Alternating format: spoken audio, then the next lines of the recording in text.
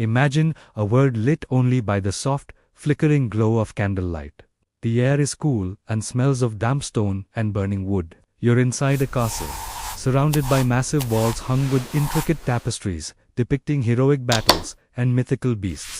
This is the Middle Ages, an era we often associate with knights, plagues, and a rugged, unrefined existence. It's a time long before the conveniences we take for granted, before selfies, before department store makeup counters, before even the common mirror. You might think that in such a world, concepts like beauty would be a low priority, an afterthought to the daily struggle for survival. But you'd be wrong.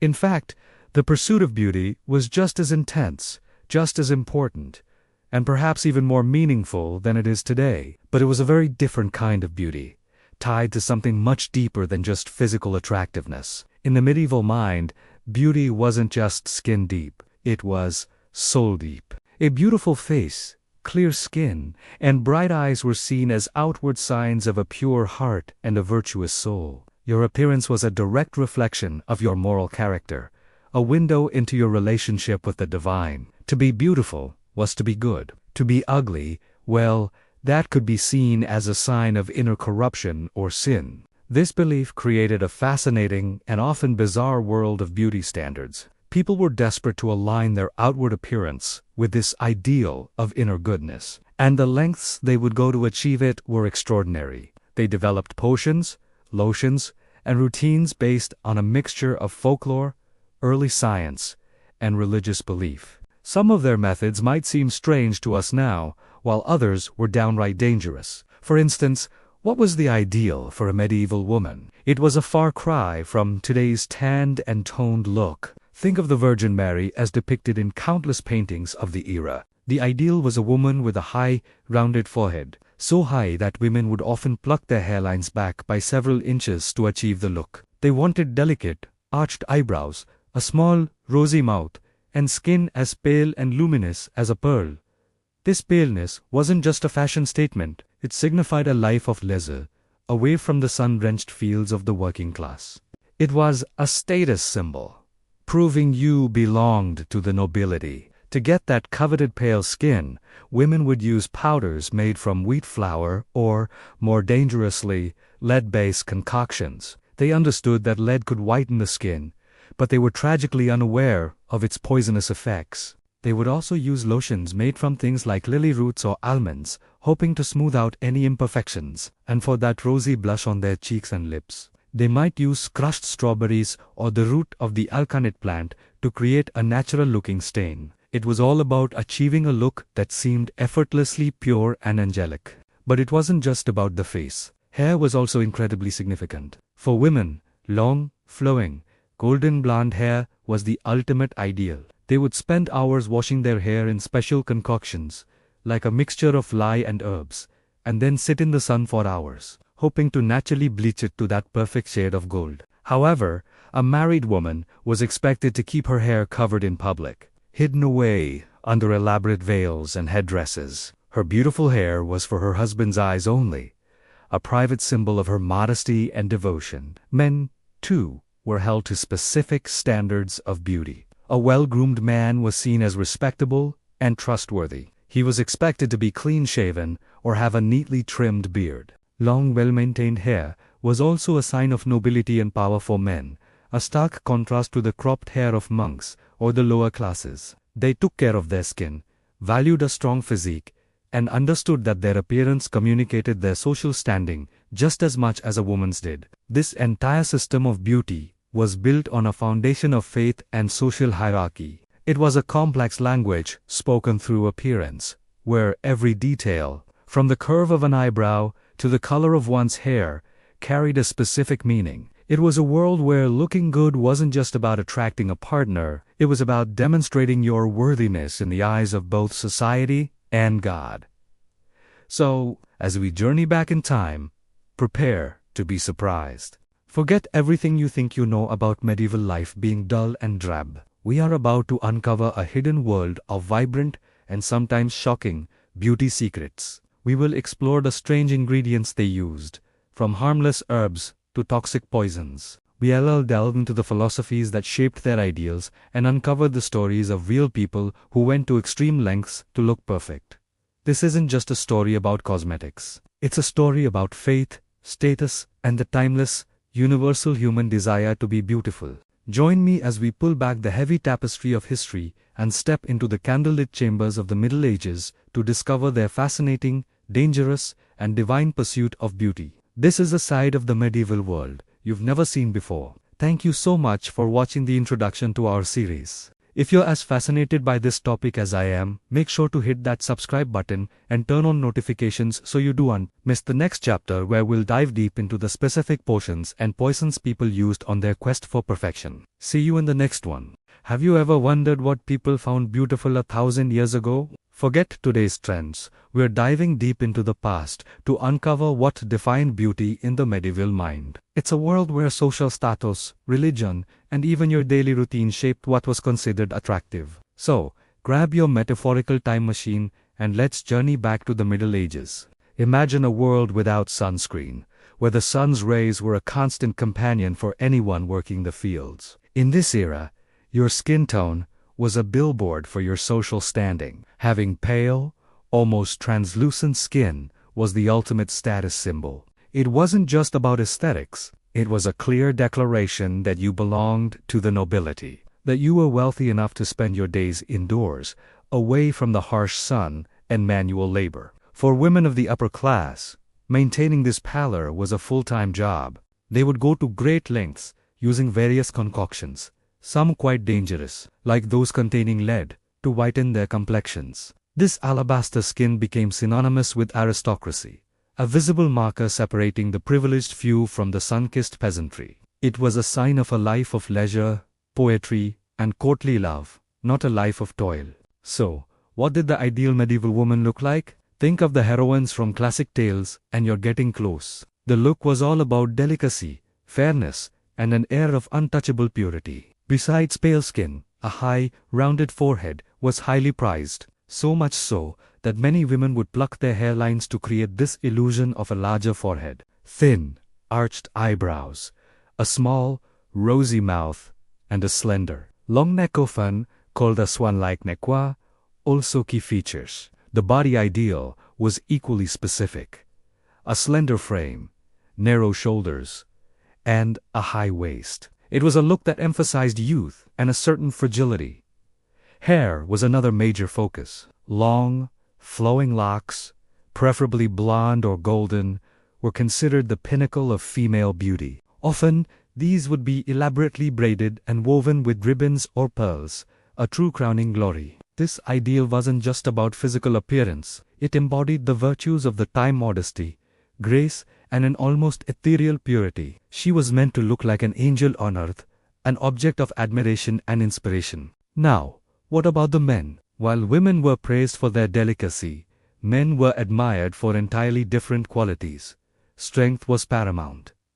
A powerful physique wasn't just attractive, it signaled a man's ability to be a protector, a warrior, and a capable leader. Think of the knights in shining armor. Their broad shoulders and muscular build were a direct reflection of their martial prowess and their role in society. But it wasn't all about brute force. Facial symmetry was also highly valued, seen as a sign of good health and good breeding. A well-proportioned face with strong, defined features, a straight nose, a firm jawline was considered handsome. And don't think grooming was just for women. Medieval men, especially those in the upper echelons of society, took great care with their appearance. Well-kept hair, often worn at shoulder length, and waved, along with a clean-shaven face or a neatly trimmed beard, were signs of a man who respected himself and his position. It was a balance between rugged masculinity and refined grooming, creating the image of the ideal courtier or knight, who was as skilled in conversation as he was on the battlefield.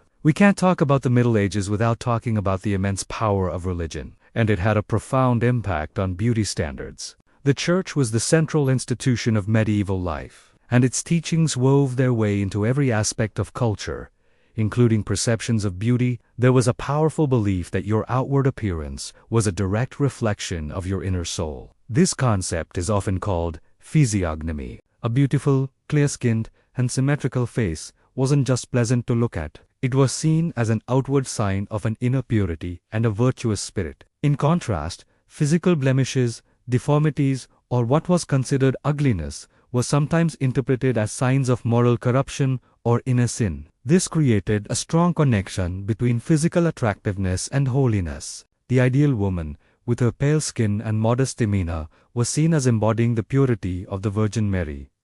The handsome, strong knight was seen as a reflection of the righteous warrior angels. Beauty wasn't just skin deep, it was soul deep. It was a visual language that communicated a person's moral worth and their standing in the eyes of both society and God. This spiritual dimension added a whole other layer to the pursuit of beauty, making it not just a matter of personal vanity but a moral and religious imperative. So, as we see, the medieval concept of beauty was a complex tapestry woven from threads of class, gender roles, and deep religious faith. For women, it was about projecting an image of pure, untouched, aristocratic delicacy. For men, it was a blend of physical strength and refined grooming that spoke of their capacity as both warriors and courtiers. And overarching all of it was the powerful idea that outer beauty was a mirror to the soul. It's fascinating to see how these ideas differ from our own, yet we can still find echoes of them today. The desire for clear skin, the admiration for a strong physique, these are threads that connect us across the centuries. It reminds us that what we find beautiful is always shaped by the world we live in. Thank you so much for joining me on this trip back in time. I hope you found it as fascinating as I do. What do you think is the most surprising medieval beauty standard? Let me know in the comments below. And if you enjoyed this journey into history, do not forget to like this video and subscribe to the channel for more deep dives into the past. We have so many more stories to uncover together. See you in the next one. Welcome back to our series on the history of beauty. Today, we're diving into Chapter 3, the Pale Face Obsession. If you thought today's beauty standards were intense, just wait until you hear what people went through for a porcelain complexion centuries ago. Picture this. It's the Middle Ages, or the Renaissance. Having pale, almost translucent skin isn't just a beauty trend, it's a powerful status symbol. A tan meant you worked outside, a common laborer, but a pale face that screamed nobility, leisure, and a life spent indoors, away from the harsh sun. This obsession drove people to some truly extreme, and frankly, terrifying lengths. So, how did one achieve this coveted ghostly pallor? Well, the methods ranged from the relatively harmless to the downright deadly. On the simpler end of the spectrum, women and men would dust their faces with fine powders like wheat flour or chalk. It was a temporary fix, like a modern-day setting powder, but it did the trick for an evening. However, these simple powders often didn't provide the smooth, lasting, and brilliantly white finish that the upper echelons of society craved. They needed something with more staying power, something more dramatic. This demand led to the creation of sophisticated and incredibly dangerous cosmetics. One of the most popular and prestigious whitening agents was known as Venetian cerus, or spirits of Saturn. Sounds fancy, right? Well, its main ingredient was white lead. Yes, you heard that correctly. This toxic substance was mixed with vinegar and water to create a thick, white paste that was slathered onto the face, neck, and chest. Venetian cerus was a miracle product in the eyes of its users. It covered up smallpox, scars, freckles, and any hint of a natural skin tone, creating a flawless, marble-like complexion. Queen Elizabeth I of England was one of its most famous users. Her iconic, mask-like white face was a carefully constructed image of power and purity, achieved with a thick layer of this lead-based makeup. But this perfect complexion came at a horrifying cost. Lead is a potent neurotoxin. With each application, it was slowly absorbed through the skin, leading to a host of debilitating and ultimately fatal health problems. The side effects of this slow poisoning were gruesome. Users would experience skin damage, hair loss, and tooth decay. The lead would corrode the skin, creating more blemishes and scars, which in a cruel twist, required even more cerus to cover them up, creating a vicious cycle. Internally, the damage was even worse. Lead poisoning caused severe abdominal pain, constipation, and eventually paralysis, muscle weakness, and neurological damage. It could lead to cognitive decline, memory loss, and even madness.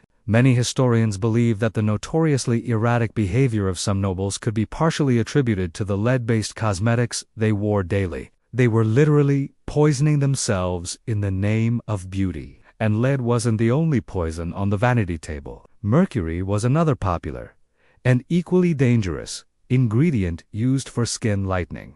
Often applied as an ointment, mercury would peel away the top layers of skin, revealing the lighter skin underneath. It was an early and incredibly crude form of chemical peel. The side effects: mercury poisoning, which could cause tremors, kidney failure, and severe mental disturbances. It's no wonder the phrase "mad as a hatter" exists. Hat makers used mercury in their craft, and often suffered from its toxic effects.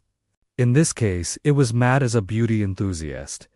Even seemingly benign ingredients could be problematic. Some beauty recipes called for washing the face with vinegar. While vinegar can have some benefits as a toner, using it in high concentrations or too frequently could strip the skin of its natural oils, causing irritation, dryness, and damage to the skin's protective barrier. We know about many of these concoctions thanks to historical beauty manuals that have survived through the centuries. One of the most famous is the Trotula, a collection of texts on women's medicine compiled in the 12th century in Salerno, Italy. Though often attributed to a female physician named Trotula, it's likely a compilation from various authors. The Trotula contains a wealth of information on medieval women's health, from childbirth to, you guessed it, cosmetics. The book offers several recipes for making the face white and red.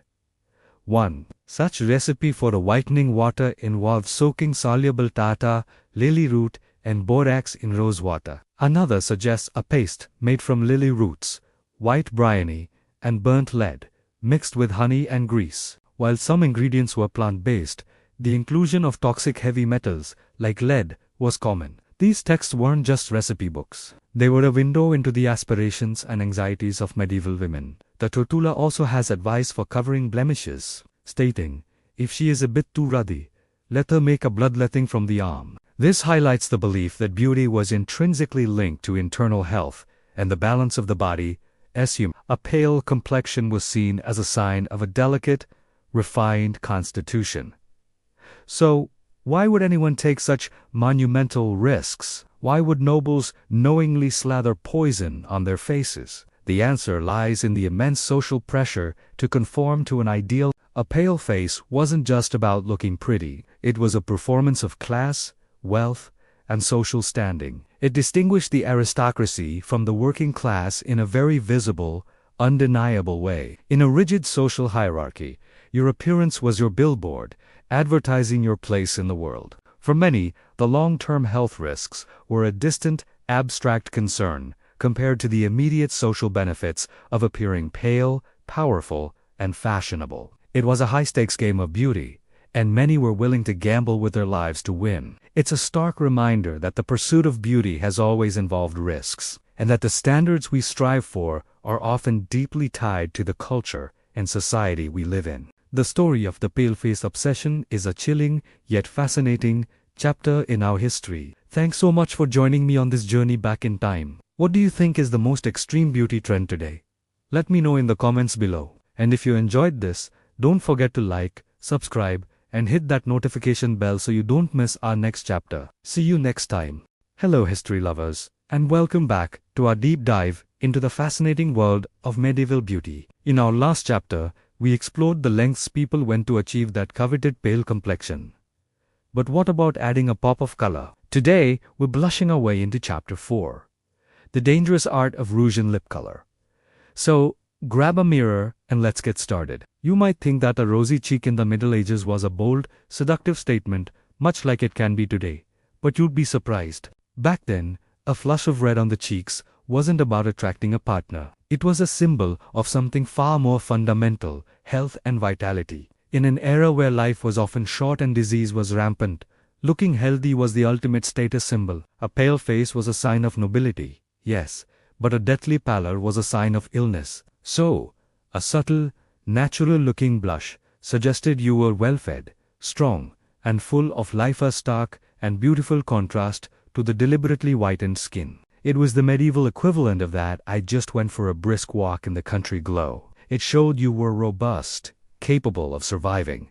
and perhaps a good prospect for marriage and continuing a lineage. The key word here is subtle. It had to look completely natural, as if you were just born with this healthy radiance. Anything too obvious would be seen as deceitful.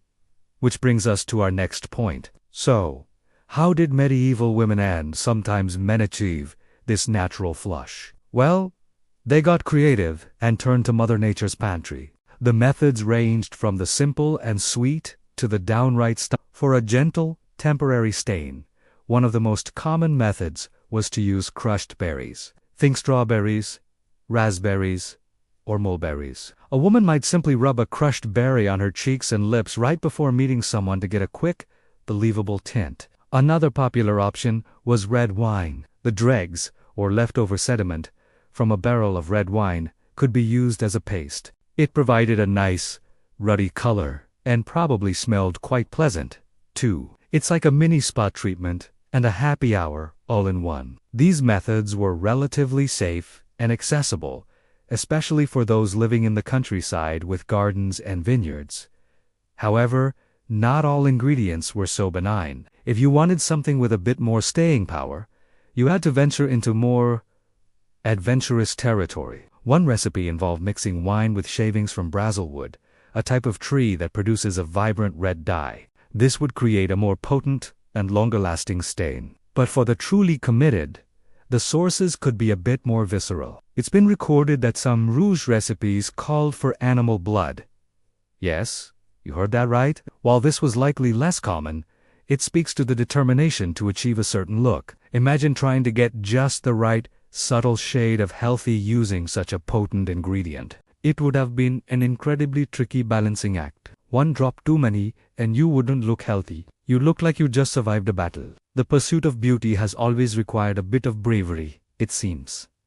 Now, let's talk about lips. While the cheeks were meant to whisper health, the lips could be a little more pronounced. A well-defined, colored lip completed the look, framing the face and drawing attention to the mouth. Just like with rouge, the ingredients were primarily sourced from nature. One of the most famous lip colorants of the era came from the alkanet root. This plant, also known as Dias bugloss, has roots that produce a beautiful red dye when mixed with oil or wax. Medieval women would create a kind of primitive lipstick or lip balm by infusing alkanet root into a fatty base like beeswax or animal fat. This not only provided color, but also helped to moisturize and protect the lips from the elements, which was a practical bonus.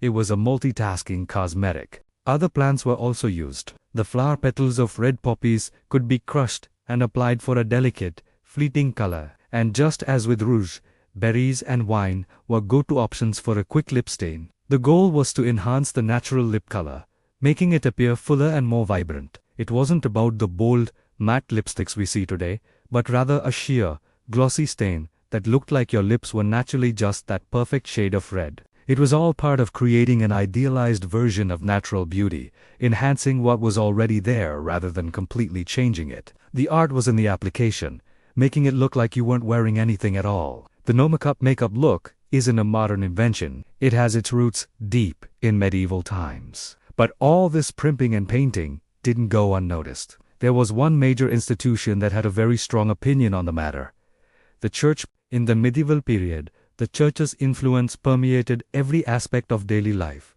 and beauty was no exception. Religious leaders and moralists of the time were not fans of cosmetics. They viewed the use of makeup, from skin whitening to rouge and lip color, as a form of deception. Their argument was that by altering one's appearance, a woman was trying to change the face that God had given her. This was seen as an act of vanity and pride, two of the 7 deadly sins. It was considered a trick, a way to deceive men into thinking a woman was younger, healthier, or more beautiful than she truly was. Sermons from the period often railed against painted women, comparing them to devils and temptresses.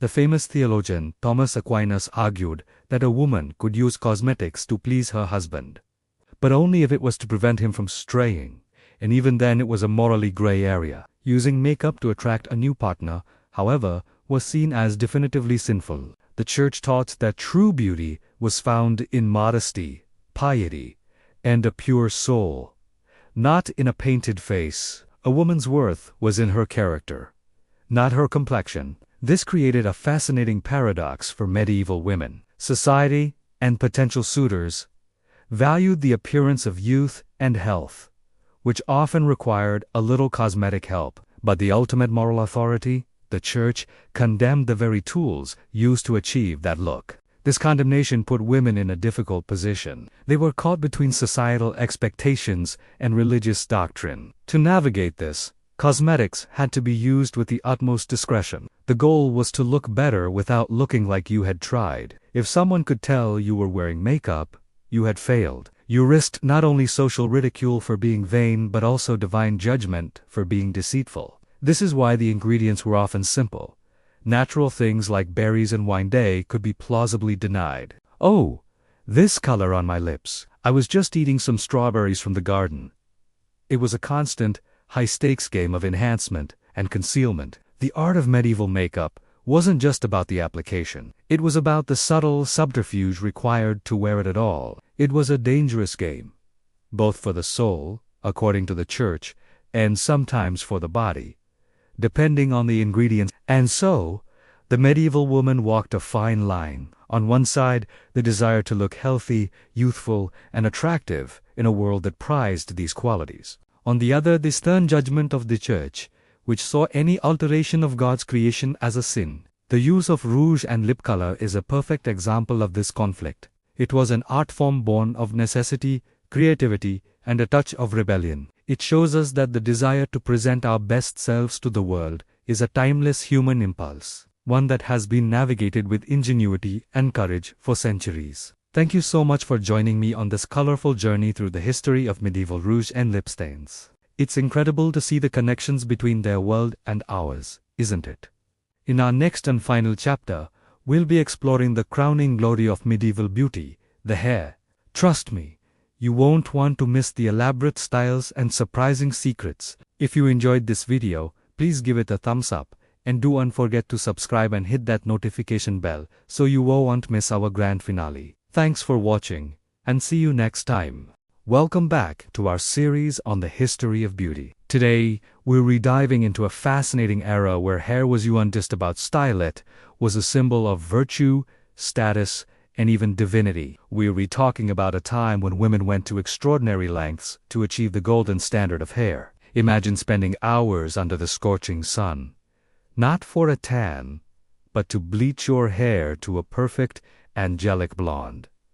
Intrigued? Let's unravel the secrets of hair ideals from the past. Picture a world painted by Renaissance masters. What do you see in their depictions of angels, goddesses, and noble women? More often than not, you'll see flowing, golden locks. In this period, light-colored hair was the absolute pinnacle of beauty. It wasn't just a preference.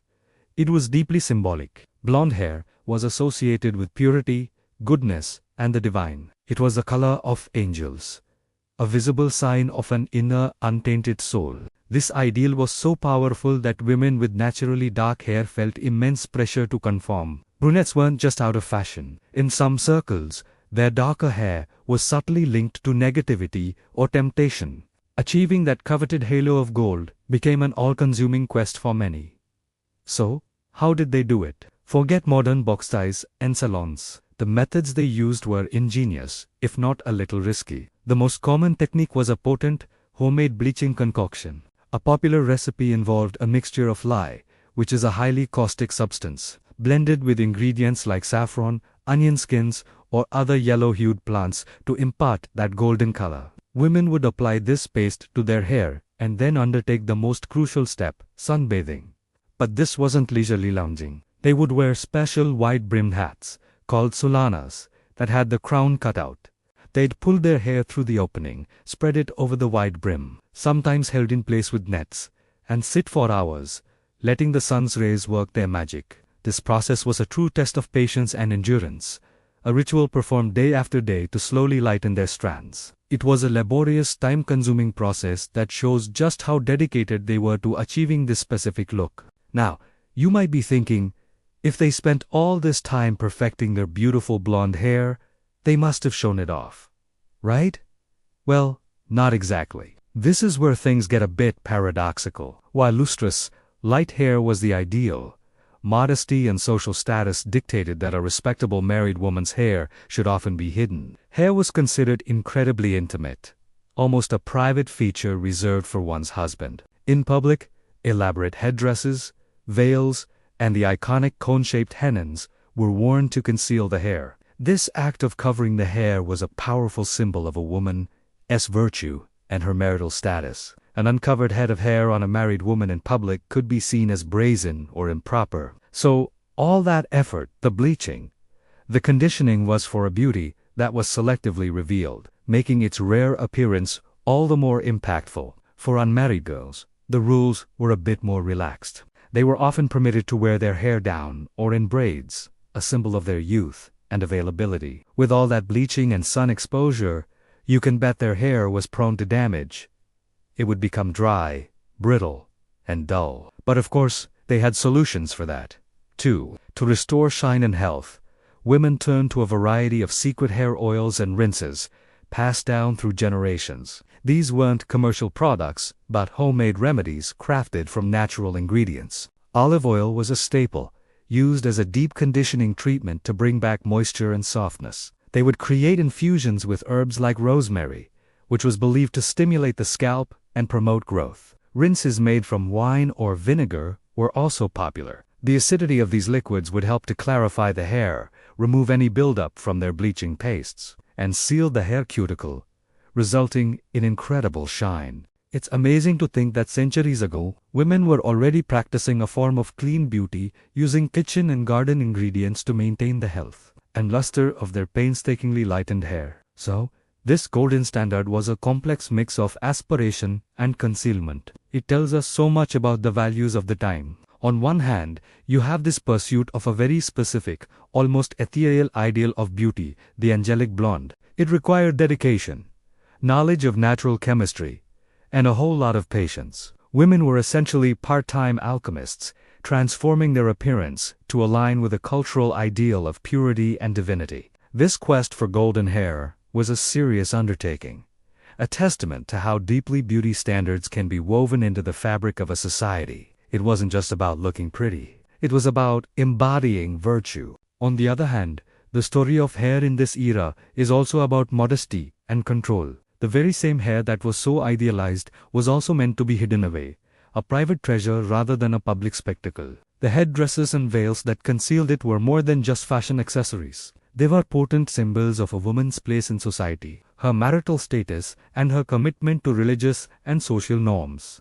This created a fascinating tension. All the work to create beautiful hair was done for a very limited audience. It highlights a world where a woman's beauty was both celebrated and policed. An object of intense effort that was simultaneously meant to be kept under wraps. The rare moments when the hair was revealed, perhaps in the privacy of the home or in an intimate portrait, would have been incredibly significant. Let's also not forget the element of status. Access to the ingredients for bleaching, like expensive saffron, and more importantly, the leisure time to sit in the sun for hours, was a luxury. A peasant woman working in the fields didn't have the time or resources for such elaborate beauty rituals. Therefore, beautifully maintained, light-colored hair was an instant signifier of wealth and high social standing. It subtly announced that you were a lady of leisure, someone who didn't need to perform manual labor. The hair itself became a part of the intricate language of class, speaking volumes without a single word. It was a way to visually separate the elite from the common folk,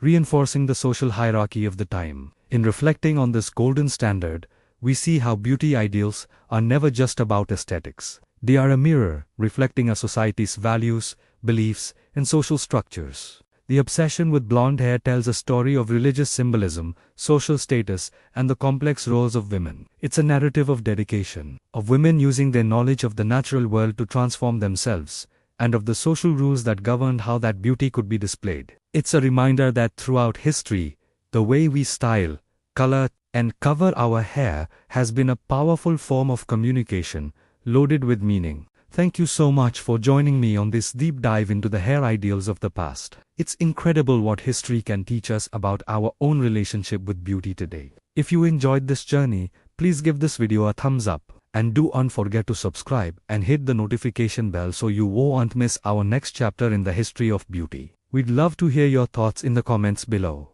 See you next time.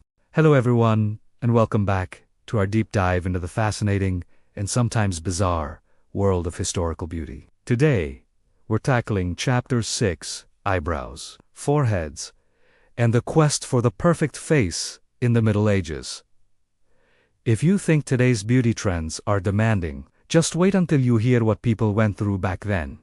It's a real eye-opener, literally. So, let's set the scene. It's the medieval period, particularly the late Middle Ages, from about the 14th to the 15th century. Forget the contouring and bold brows we see all over social media today. The ideal of beauty was something entirely different. It was all about achieving an ethereal, almost otherworldly look. Think less fierce and more angelic. The absolute pinnacle of female beauty was a high, domed, and completely smooth forehead. It was considered a sign of intelligence, purity, and nobility. The larger the forehead, the more beautiful you were perceived to be. This obsession with the forehead wasn't just a passing fancy. It was a defining feature of the era's aesthetic. You can see it clearly in the art of the time. Look at portraits by artists like Jan van Eyck or Rogier van der Weyden. The women depicted have these incredibly high, rounded foreheads that almost seem to glow. It gives them a serene, slightly detached, and very aristocratic appearance. This look symbolized a person who was above the common fray, someone thoughtful and refined. A low hairline was seen as common, even animalistic. So, naturally, women went to extraordinary lengths to achieve this coveted feature. How do they do it? Well, this is where it starts to get a little intense. The most common practice was to pluck or even shave the hairline. Women would painstakingly remove hairs, one by one, from their forehead and even their temples, to push their hairline back. Sometimes they would go back as far as the crown of their head. Imagine the dedication that took. They would use tweezers, but also less pleasant methods, like abrasive concoctions made from things like walnut oil, vinegar, or even cat dung, which they believed would prevent hair from growing back. I'm definitely grateful for modern hair removal methods right about now. But the hair removal didn't stop at the hairline. Eyebrows were next on the list. While we might spend ages trying to shape and fill in our brows, the medieval ideal was the complete opposite. Thin, barely their eyebrows were all the rage. Sometimes, they were plucked into a very fine, faint arch. Other times, they were removed entirely. A prominent brow was considered masculine and coarse. The goal was to have a smooth, uninterrupted canvas from the non-existent eyebrows all the way up to the newly elevated hairline. This created a vast, open facial landscape that was the height of fashion. If you think that's extreme, hold on, because it gets even stranger. To further emphasize the size of the forehead, many women also plucked their eyelashes. Yes, you heard that right. They removed their eyelashes. The logic was that with no lashes to cast shadows or visually clutter the eye area, the forehead would appear even larger and more prominent. It's hard for us to imagine deliberately getting rid of our eyelashes, which we now go to great lengths to curl and lengthen. But for them, it was all part of achieving that specific, stylized, angelic look. This entire aesthetic was about creating a face that looked pure, serene, and almost unervingly perfect, like a polished sculpture. The high, bare forehead, the absent brows, and the lashless eyes all contributed to an oval face shape, which was considered the ideal. It was a look of intellectual and spiritual purity. The body was seen as a vessel for the soul, and this outward appearance was meant to reflect an inner state of grace and nobility. It wasn't about looking natural in the way we think of it today. It was about sculpting the face to fit a very specific and artificial ideal of perfection. To maintain this look, women would often wear specific headpieces that further accentuated their foreheads. The hennin, that tall, conical hat you see in fairy tale illustrations of princesses, was incredibly popular among the nobility. It drew the eye upward and, combined with the shaved hairline, made the forehead look incredibly long. Other headdresses, like intricate veils and hoods, were also designed to frame the face and highlight that all-important expanse of skin. Even the way they styled the remaining hair, often pulling it back so tightly it would have given them a headache, was all in service of showing off the forehead. So, why this specific look? Historians have a few theories. Part of it was simply class distinction. These were practices that required time, effort, and a certain lifestyle. A peasant woman working in the fields wouldn't have the time or the means to maintain such a delicate and impractical look. So, it became a visual shorthand for being part of the wealthy elite. It was also heavily influenced by the religious art of the time, which depicted saints and the Virgin Mary with these serene, high-browed features. Emulating this look was a way of signaling one's own piety and virtue. It's a powerful reminder that what we consider beautiful is completely shaped by our culture and our time. The trends that seem so essential to us now might look just as strange to people in the future as plucking out eyelashes does to us. It really makes you think about the pressures we face today, and how arbitrary they can be. The medieval quest for the perfect face was a testament to human creativity and our desire to shape our appearance to fit an ideal, no matter how painful or bizarre the methods might seem. What do you think? Could you ever imagine shaving your hairline for fashion? Let me know your thoughts in the comments below. It's always so fascinating to hear what you all think. And if you enjoyed this journey back in time, please give this video a thumbs up and make sure you're subscribed to the channel. We have so many more chapters of beauty history to explore together. Thanks so much for watching, and I'll see you in the next video. Video begins, perhaps with visuals of illuminated manuscripts, castles, and gardens. Hello, and welcome back to our journey through the history of beauty. Today, we're stepping into a world of castles, knights, and courtly romance as we explore Chapter 7, Medieval Skincare Secrets. You might think of the Middle Ages as a time of grit and grime, but you'd be surprised to learn how sophisticated skincare really was. So, forget what you think you know, and let's uncover the surprisingly elegant beauty routines of medieval Europe. Let's start with the absolute basics, getting clean.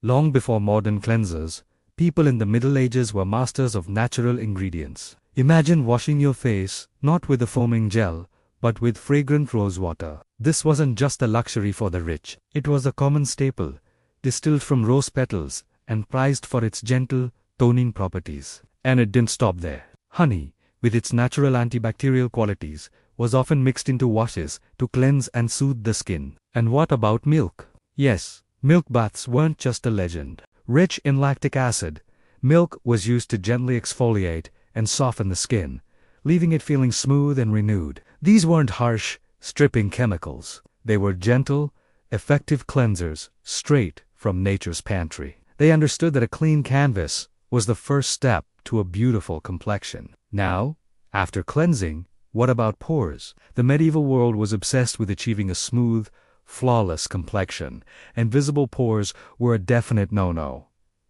So, how did they tackle them? One of the most popular methods was a simple vinegar rinse. A diluted solution of apple cider vinegar, for example, would be splashed on the face after washing. This acted as a natural astringent, helping to tighten the skin and, in their words, close the pores. It also balanced the skin's pH, something we talk about all the time in modern skincare. But they didn't just rely on vinegar.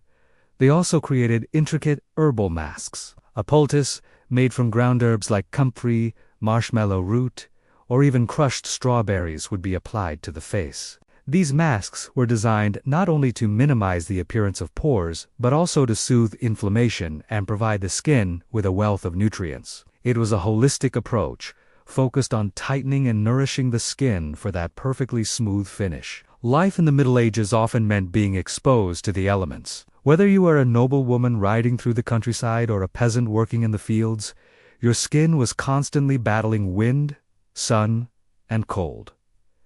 Their solution? Protective balms. The hero ingredient here was often beeswax. It's a brilliant, natural, meaning it creates a protective barrier on the skin's surface, locking in moisture and shielding it from harsh weather. Think of it as the original barrier cream. This beeswax would be melted down and combined with an array of healing herbs. Calendula, known for its soothing properties, and chamomile, for its anti-inflammatory benefits, were popular choices. These herbs were infused into oils and then blended with the wax to create thick, rich balms. Applied to the face, lips, and hands, these salves prevented what they called windburn and kept the skin from becoming chapped and dry. It was practical, effective, and entirely natural.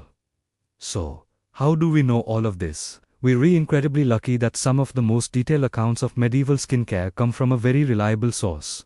Court physicians, noblewomen in particular, had their entire health and beauty regimens overseen by these highly educated men. These physicians weren't just prescribing medicine, they were cosmetic chemists, creating personalized skincare routines for their elite clients. Their records, sometimes found in medical texts or personal letters, meticulously detail the ingredients and preparations used. For example, a physician might record a specific recipe for a queen's night cream, detailing the exact ratio of beeswax to almond oil, or listing the specific herbs needed for her anti-wrinkle potion. These documents give us a fascinating, direct window into the bathrooms and boudoirs of medieval aristocracy.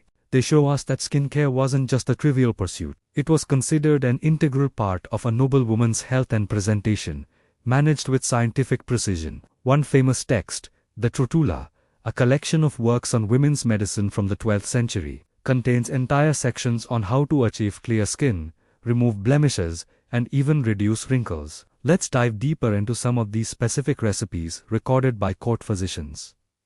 They weren't just mixing random plants together, there was a real method to the madness. For a lightening and brightening effect, a popular mask involved a paste of white lily root.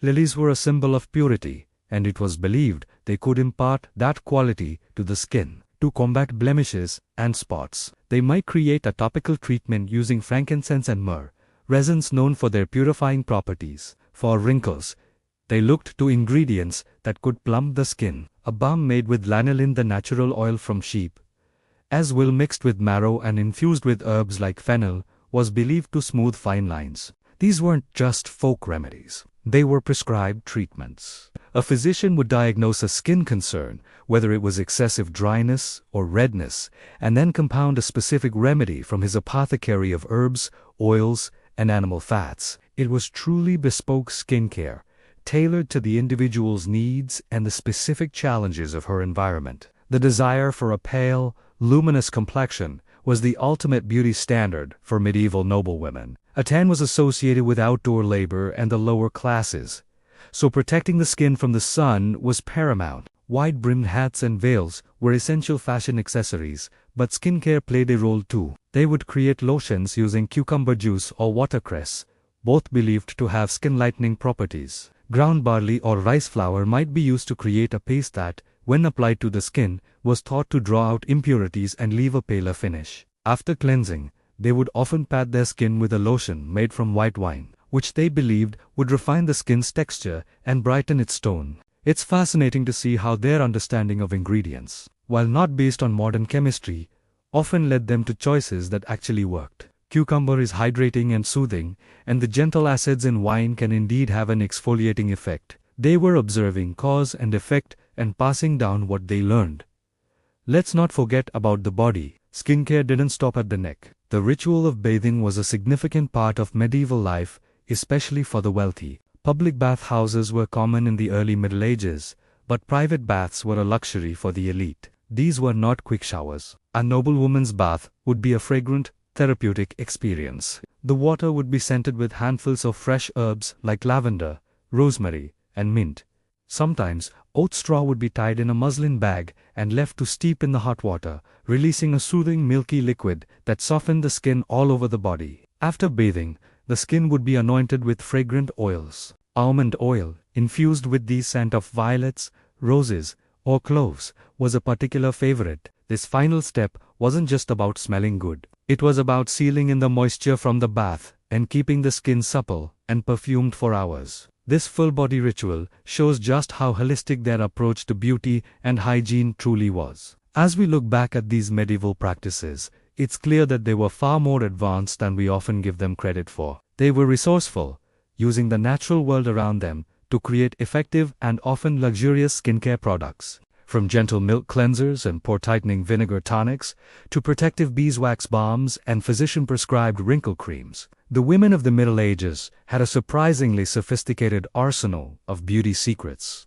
They understood the importance of cleansing, toning, protecting, and treating the skin. Their methods were rooted in observation, tradition, and a deep respect for the power of nature. While we now have the science to explain why these ingredients work, the fundamental principles they followed are still the cornerstones of good skincare today. It just goes to show that the quest for beautiful skin is truly timeless. Thank you so much for joining me on this journey back to the Middle Ages.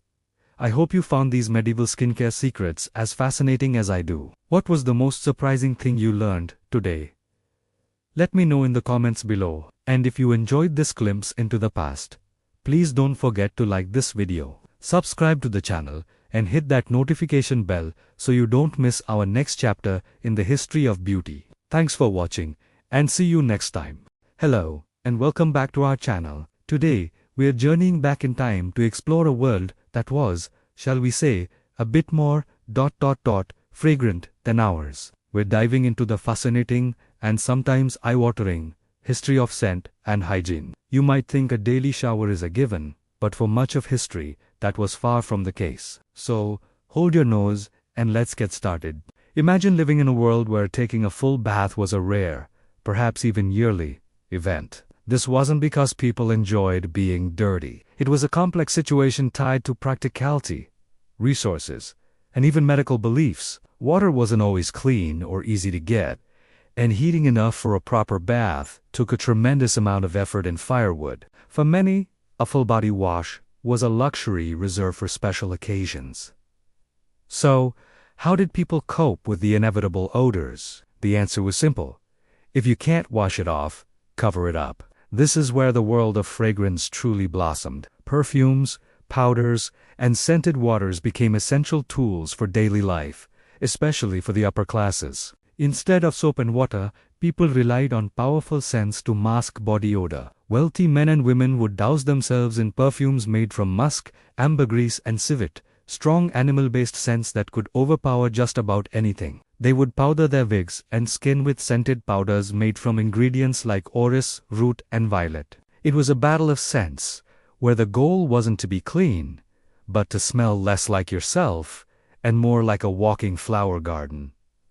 Or a zoo, depending on the perfume. But it wasn't just the wealthy who tried to combat odors. Everyday people had their own, more natural solutions. They turned to the aromatic herbs growing in their gardens. It was common to carry small bouquets of fragrant plants known as posies or tusi. People would hold these up to their noses when walking through smelly city streets. Herbs like lavender, rosemary, mint, and thyme were also often tucked into clothing or hung in little sachets around the neck. These weren't just for smelling nice. It was believed that these strong scents could ward off diseases, which people thought were spread by bad air or miasma. So, your personal herbal sachet was both a deodorant and a perceived form of protection. Now, you might be thinking, were there no public baths at all? And that's a great question. For a significant period, especially during the Roman Empire and the early Middle Ages, bathhouses were incredibly important social centers. These weren't just places to get clean. They were the equivalent of a modern-day community center, coffee shop, and gym all rolled into one. People went there to bathe, socialize, conduct business, exercise, and relax. Roman bathhouses were marvels of engineering, with heated rooms, cold plunges, and steam rooms. They were a cornerstone of public life, accessible to almost everyone. However, as we move into the late Middle Ages, the reputation of these bathhouses began to decline. Several factors contributed to this. For one, the vast forests that supplied the firewood needed to heat the water were shrinking. But more significantly, bathhouses started to gain a reputation for immoral behavior. They became associated with activities that had little to do with hygiene, and the church began to preach against them. Furthermore, during devastating public health crises like the Black Death, people started to fear public gathering places. There was a growing belief that opening your pores in hot water could actually let disease into the body. And so, one by one, the great public bathhouses closed their doors, pushing society further into an era where fragrance reigned supreme over cleanliness. This shift also highlights a fascinating connection that developed between cleanliness and morality. While full-body bathing fell out of favor, a different kind of cleanliness was emphasized. This was more about appearances. Having clean hands, a clean face, and, most importantly, clean linen was seen as a sign of good standing and moral purity. You might have only bathed a few times a year, but you would change your linen shirt or chemise daily if you could afford it. The idea was that the linen would absorb the sweat and dirt from your body, and by putting on a fresh layer, you were essentially clean. This created a visible class distinction. The wealthy could afford to have crisp, white linen, showcasing their purity, while the poor had to make do. So, in a way, cleanliness wasn't about the absence of germs, which they didn't understand yet, but about presenting a morally upright and socially acceptable image to the world. A clean collar was next to godliness, even if the body underneath it wasn't. So, the next time you step into a hot shower, take a moment to appreciate it. Our modern obsession with being squeaky clean is a relatively new concept. For centuries, our ancestors navigated a world where powerful perfumes masked body odors. A sprig of rosemary was your best friend, and a clean shirt was more important than a clean body. It's a vivid reminder of how our definitions of comfort, health, and even morality have changed so dramatically over time. The history of hygiene isn't just about how people washed, it's about social status, medical beliefs, and the eternal human desire to present our best selves to the world, even if it meant simply smelling better than our surroundings. What do you think? Could you survive in a world with only one bath a year? Let me know your thoughts in the comments below. I love reading your perspectives. And if you found this deep dive into the fragrant past interesting, please give this video a thumbs up and consider subscribing to the channel for more historical explorations. We have so much more to uncover together. Thanks for watching, and I'll see you in the next video.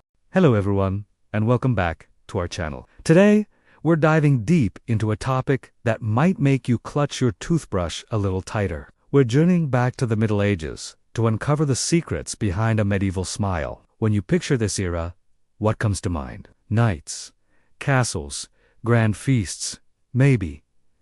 But what about their teeth? There's a persistent myth that everyone in the Middle Ages had terrible, rotten teeth and breath that could knock a dragon out of the sky. It's an image we see in movies and TV shows all the time. Blackened stumps and gap-toothed grins. But is that the whole story?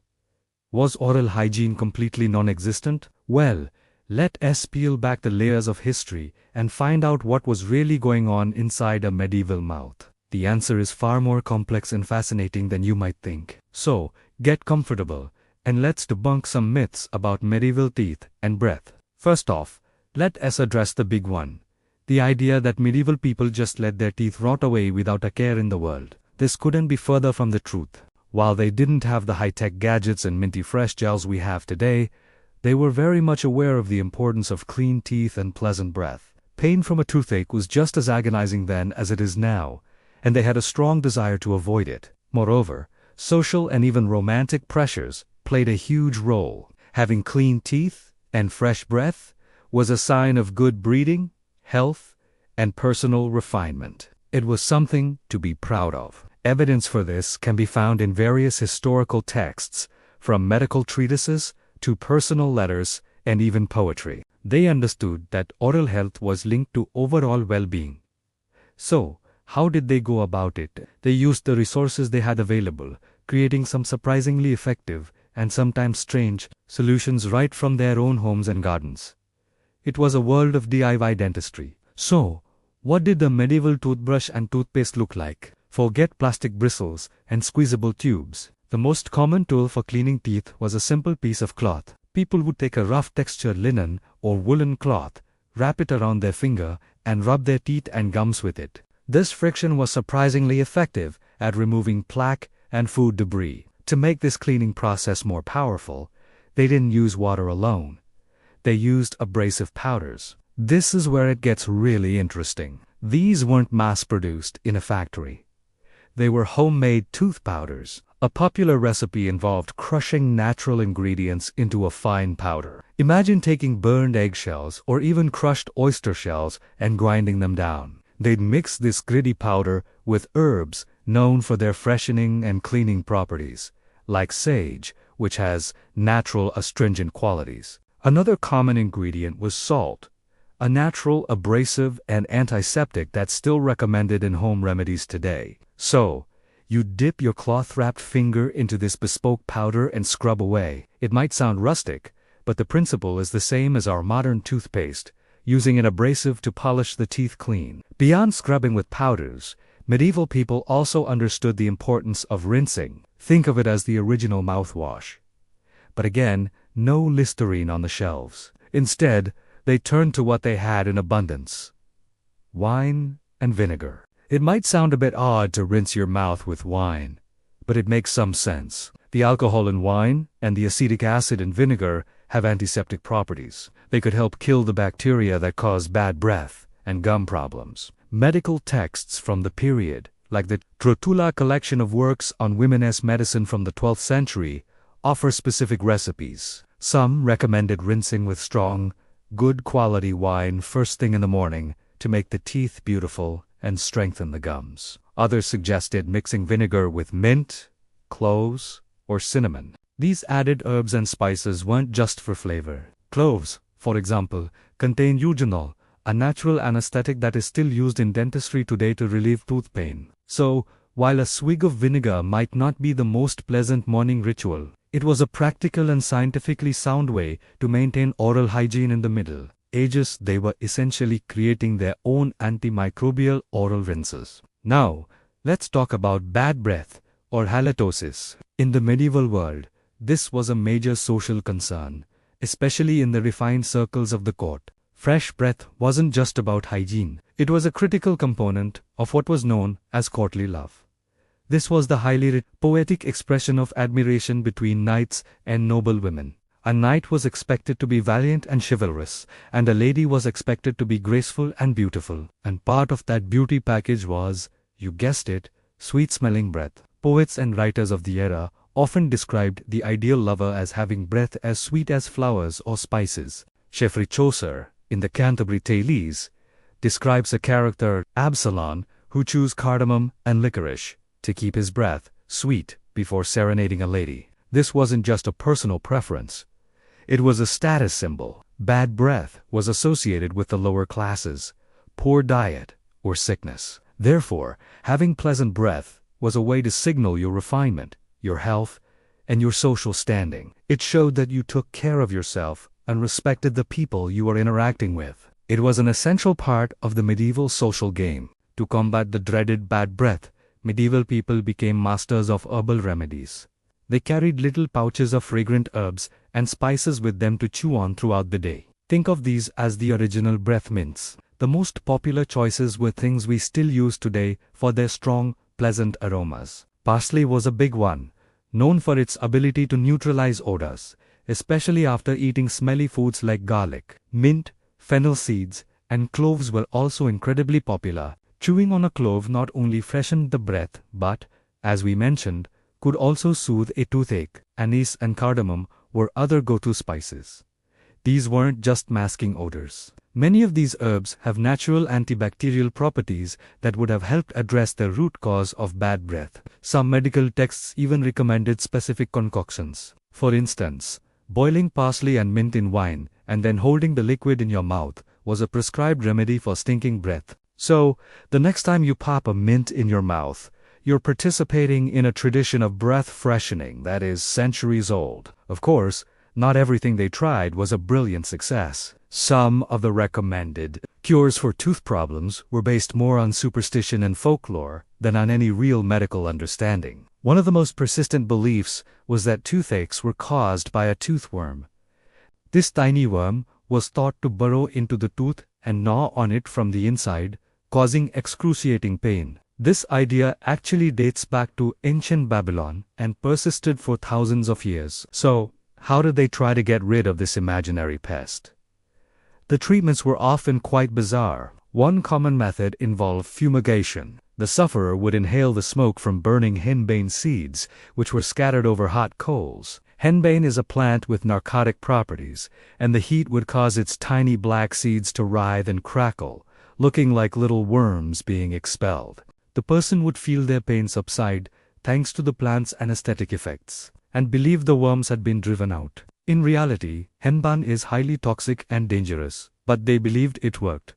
Other cures were even stranger, like applying a roasted toad to the jaw to draw out the pain. It's a great reminder that their understanding was a mix of practical knowledge and magical thinking. So, what happened when a tooth couldn't be saved? There were no root canals or fancy crowns back then. Extraction was often the only option for a severely decayed or painful tooth.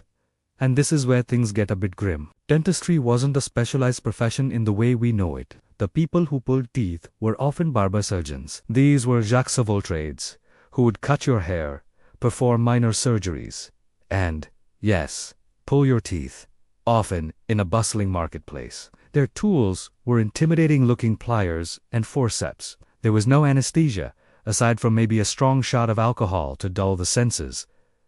The procedure was quick, brutal, and incredibly painful. The goal was simply to get the tooth out as fast as possible to end the agony. Unsurprisingly, complications like infection, jaw fractures, and damage to neighboring teeth were common. Because of this, extraction was a last resort. People would endure a lot of pain and try every herbal remedy and mouth rinse they knew before submitting to the barber surgeon as pliers. This fear of extraction was, in itself, a powerful motivator for people to try and take care of their teeth in the first place. Let's circle back to the central myth. Did medieval people have worse teeth than we do today? The answer is surprisingly complex. In some ways, their teeth were actually healthier. The biggest enemy of modern dental health is sugar. The medieval diet, for the vast majority of the population, was very low in refined sugar. Sugar was an expensive imported luxury item available only to the very wealthy. The average person's diet consisted of coarse bread, vegetables, and grains. This diet was naturally abrasive and helped to scrub the teeth clean. Without a constant barrage of sugar-feeding bacteria, the rate of cavities or dental caries was significantly lower than it is in our modern, sugar-filled world. Archaeological evidence confirms this. Studies of medieval skeletons often show that while their teeth were worn down from the gritty diet, they had far fewer cavities than modern populations. So, while a wealthy nobleman who could afford sugary treats might have suffered from tooth decay, the average peasant often had a full, albeit worn, set of teeth. In conclusion, the image of the medieval peasant with a mouthful of rotten teeth is largely a caricature. People in the Middle Ages did care about their oral hygiene, driven by a desire to avoid pain, adhere to social norms, and even find love. They developed a sophisticated system of personal care using the natural resources available to them. From abrasive tooth powders made of sage and salt to antiseptic mouth rinses of wine and vinegar, and chewing on parsley and cloves to ensure sweet breath, they were far from neglectful. Yes, their understanding was limited, and some of their cures were based on superstition, like the toothworm. And when things went wrong, the solutions, like extraction by a barber surgeon, were terrifying. But their diet, low in sugar, gave them a natural advantage, resulting in fewer cavities than many of us have today. The medieval smile wasn't a perfect, pearly white Hollywood grin, but it was a smile maintained with effort, ingenuity, and a surprising amount of knowledge. Thank you so much for joining me on this journey back in time. I hope this has given you a new perspective on medieval life. If you found this interesting, please give this video a thumbs up and consider subscribing to our channel for more deep dives into history. Let me know in the comments what you found most surprising. We'll see you in the next video. Hello, history lovers, and welcome back to our channel. Today, we're diving deep into a fascinating and often overlooked aspect of historical beauty. The hands. It might seem like a small detail, but in many societies, your hands were a powerful statement, a billboard that broadcasts your social standing to the world. So, let's peel back the perfume gloves and uncover the secrets of Chapter 10, Nails, Hands, and the Mark of Nobility. Have you ever heard the expression soft-handed? Today, we might use it to describe someone who isn't used to hard work. And historically, that's exactly what it meant. In an era where the vast majority of people toiled from sunup to sundown, having soft, pale, and unblemished hands was the ultimate sign of privilege. It meant you didn't have to farm, scrub, or engage in any form of manual labor. Your hands were a living testament to a life of leisure, a clear and undeniable mark of nobility or immense wealth. Think about it. A farmer's hands would be calloused, tanned, and scarred from working the land. A blacksmith's hands would be strong, rough, and stained. A washerwoman's hands would be red and raw from lye soap and hot water. But the hands of a lady or a gentleman, they were expected to be smooth as silk and pale as milk. This paleness was crucial. Just like a pale complexion, it signaled that you spent your days indoors, away from the sun, reading, embroidering, or simply existing beautifully. Any sign of a tan or a callus could instantly lower your perceived status. It was a subtle but powerful code that everyone in society knew how to read. So, how did the elite achieve and maintain these pristine hands? It wasn't just about avoiding work, it was a dedicated beauty regimen. Forget your modern hand creams in plastic tubes. The historical upper class had their own luxurious concoctions. Lotions and pastes were a daily staple, and the ingredients were often as extravagant as they were effective. A very popular recipe involved mixing finely ground almonds with rose oil or rose water. Ground almonds acted as a gentle exfoliant, sloughing off any dead skin cells, while the rose oil provided moisture and a divine scent. Imagine your hands not only feeling incredibly soft, but also smelling like a blooming rose garden. Other ingredients were also common. Honey was used for its moisturizing and antibacterial properties. Egg whites were sometimes applied to tighten the skin, and various oils, from olive to almond, were massaged into the hands and cuticles to keep them supple. These weren't just quick lotion and go routines. The process was often a ritual. A lady might have her maid spend a considerable amount of time massaging these precious lotions into her hands, ensuring every inch was perfectly pampered. It was a performance of leisure as much as a beauty treatment. This dedication showed you had the two most valuable resources of all, time and money to spare on something as seemingly trivial as the softness of your hands. Now, let's talk about nails. Long, elaborately decorated nails like we see today weren't always in vogue. For much of Western history, the ideal was neat, clean, and subtly shaped nails. They shouldn't be too long, as that could be seen as impractical or even a bit wild. The goal was a clean, healthy, and manicured look. But how did they achieve this without our modern nail files and clippers? The tools of the trade were quite different. Small, sharp knives, often exquisitely crafted with handles of ivory or silver, were used to carefully trim the nails. It sounds a bit dangerous, and it certainly required a steady hand. For shaping and smoothing the edges, a pumice stone was the tool of choice. By gently rubbing the stone against the nail's edge, you could create a perfectly rounded or oval shape, free from any snags. After shaping, they would often buff the nails with a piece of chamois leather to give them a natural, healthy shine. Sometimes, a touch of oil would be rubbed into the nail bed to make them look even healthier. The color was simply the natural pink of the nail bed, a sign of good health in circulation, which was, in itself, another status symbol. So while there was no nail polish, the manicure was still a detailed and important process. Finally, let's discuss the ultimate accessory for the noble hand: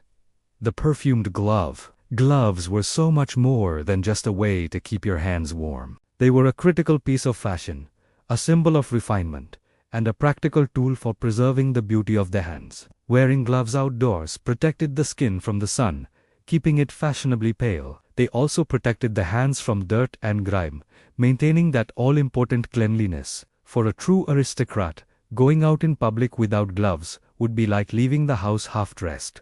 But these weren't just any gloves. The finest gloves were made from incredibly soft leather, like kidskin, and were tailored to fit, well, like a glove. They were a luxury item, and the craftsmanship was a status symbol in itself. To take it a step further, these gloves were often heavily perfumed. Scents, like rose, violet, jasmine, or musk, were infused into the leather. This served a dual purpose. Firstly, it made the wearer smell wonderful, a personal cloud of fragrance that announced their presence. Secondly, in a world with questionable sanitation, it helped to mask any unpleasant odors in the surrounding environment. Putting on or taking off a glove could be a moment of theater, a chance to subtly show off the pristine hand beneath. A gentleman might remove his glove to shake a hand or to kiss a lady's hand, revealing its pale, soft perfection. At night, people would even wear special, looser-fitting gloves to bed after applying their hand lotions. This would lock in the moisture overnight, ensuring their hands remained in peak condition. The perfumed glove was the final, perfect seal on the entire performance of aristocratic Hanse's statement of luxury, cleanliness and untouchable status. From the simple avoidance of labor to intricate lotions, careful manicures, and luxurious perfumed gloves, the hands of the nobility told a rich and complex story. They were a canvas upon which status, wealth, and a life of leisure were beautifully displayed. It's a powerful reminder that throughout history, beauty standards have always been deeply intertwined with social class. Thank you so much for joining me on this journey into the past. What do you think? Would you have enjoyed this historical hand care routine? Let me know in the comments below. If you enjoyed this video, please give it a thumbs up. And don't forget to subscribe and hit that notification bell so you don't miss our next chapter in the history of beauty. Thanks for watching and see you next time. Hello, history buffs and beauty enthusiasts. Welcome back to our channel. Today, we're diving into a fascinating and frankly, quite strange chapter of beauty history. We're going to explore how people in the past, particularly during the Renaissance, believed they could literally eat their way to a fairer, more luminous complexion. Forget serums and sunscreens for a moment. We're talking about a time when your dinner plate was considered your best beauty tool. So, grab a snack, preferably one not on our historical no-no list then. Let's get started. Have you ever heard the saying, "You are what you eat"? Well, for historical noblewomen, this wasn't just a quaint piece of health advice. It was a fundamental beauty principle. The obsession with pale, porcelain skin wasn't just about avoiding the sun. It was deeply woven into the very fabric of their diet. They held a strong conviction that the color and texture of the food they consumed could directly influence the color and texture of their skin. It's a concept that might sound bizarre to us today, but it was taken with the utmost seriousness. This idea was rooted in a medical philosophy that dominated Western thought for over 2,000 years. Humoral theory. Now, stick with me here, because understanding this is key. Humoral theory proposed that the human body was made up of 4 basic substances, or humors: blood, phlegm, yellow bile, and black bile. Each humor had its own qualities: hot, cold, wet, or dry. Good health, and by extension, beauty, was all about keeping these 4 humors in perfect balance. An imbalance, on the other hand, could lead to illness and, you guessed it, imperfect skin. So, how does this connect to food? Well, every type of food was also classified according to these same qualities. A cucumber, for example, was seen as cool and moist, while a spicy pepper was hot and dry. The goal was to consume foods that would counteract any imbalance in your humors. If you were feeling too hot and fiery, you'd eat something cool and calming. It was a personalized, holistic approach to wellness. And beauty was considered the ultimate outward sign of this perfect internal harmony. A pale, smooth complexion was seen as evidence of a balanced, well-nourished, and refined body. With this framework in mind, the dietary choices of the elite start to make a bit more sense. If you wanted fair skin, you ate fair foods. It was a literal, almost magical interpretation of like affects like. White foods were believed to promote whiteness in the skin. This wasn't just a preference, it was a prescription for beauty. Foods that were pale, refined, and delicate were thought to impart those same qualities to the consumer. So, what was on the menu for an aspiring beauty? Let's start with the staples. White bread, made from finely milled, sifted flour, was a must. Unlike the coarse, dark breads eaten by the peasantry, this refined bread was seen as pure and easy to digest, perfect for maintaining a delicate, pale complexion. It symbolized not just wealth, but a certain physical purity that was highly prized. Another absolute favorite was almond milk. Long before it became a modern-day cafe staple, almond milk was the go-to drink for the upper classes. Its milky white appearance made it a prime candidate for a skin-lightening diet. It was used in everything from creamy sauces and desserts to simply being drunk on its own. Almonds themselves were considered to have gentle, purifying properties, making their milk the perfect elixir for achieving that coveted, pearly glow. When it came to protein, the choices were just as specific. Fish, especially white-fleshed fish like cod or flounder, was highly recommended. Its pale color and delicate texture were seen as ideal. Poultry, like chicken and capon, was also on the approved list. These were considered lighter meats, easier for a refined constitution to process, and less likely to produce dark or coarse humors in the body. The way food was prepared also mattered. Boiling or poaching was preferred over roasting or frying, as these methods kept the food pale and moist. Now, just as important as what they did eat is what they avoided. This is where the lines between social class, health, and beauty become incredibly clear. If you wanted to stay fair, you had to stay clear of anything dark, red, or coarse. At the top of the banned list was red meat, especially beef. It was considered heavy, heating, and was thought to generate thick blood and a ruddy, darkened complexion. A diet heavy in red meat was associated with peasants and laborers who worked outdoors, exactly the look a noblewoman wanted to avoid. Similarly, dark-colored vegetables and fruits were viewed with suspicion. Think beets, red cabbage, or even dark berries. These were believed to stain the complexion from the inside out. Even red wine, a staple for many, was often avoided by women in favor of white wine. Again, due to the belief that its color could transfer to the skin. The logic was simple and direct.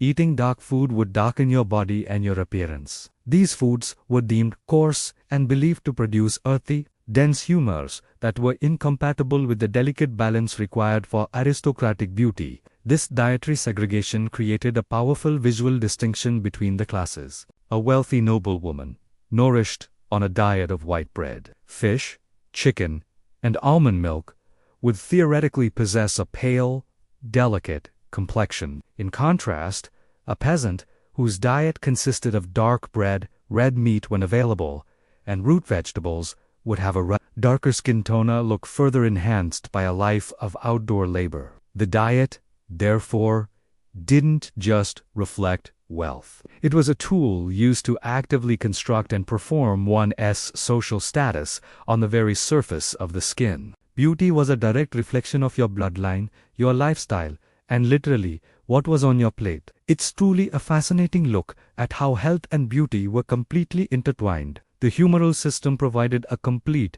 if scientifically incorrect, explanation for how the body worked. For them, beauty wasn't superficial. It wasn't something you just applied to your face. It was a state of being that you cultivated from within. Every meal was a conscious choice that could either bring you closer to the ideal of perfect, fair beauty or push you further away.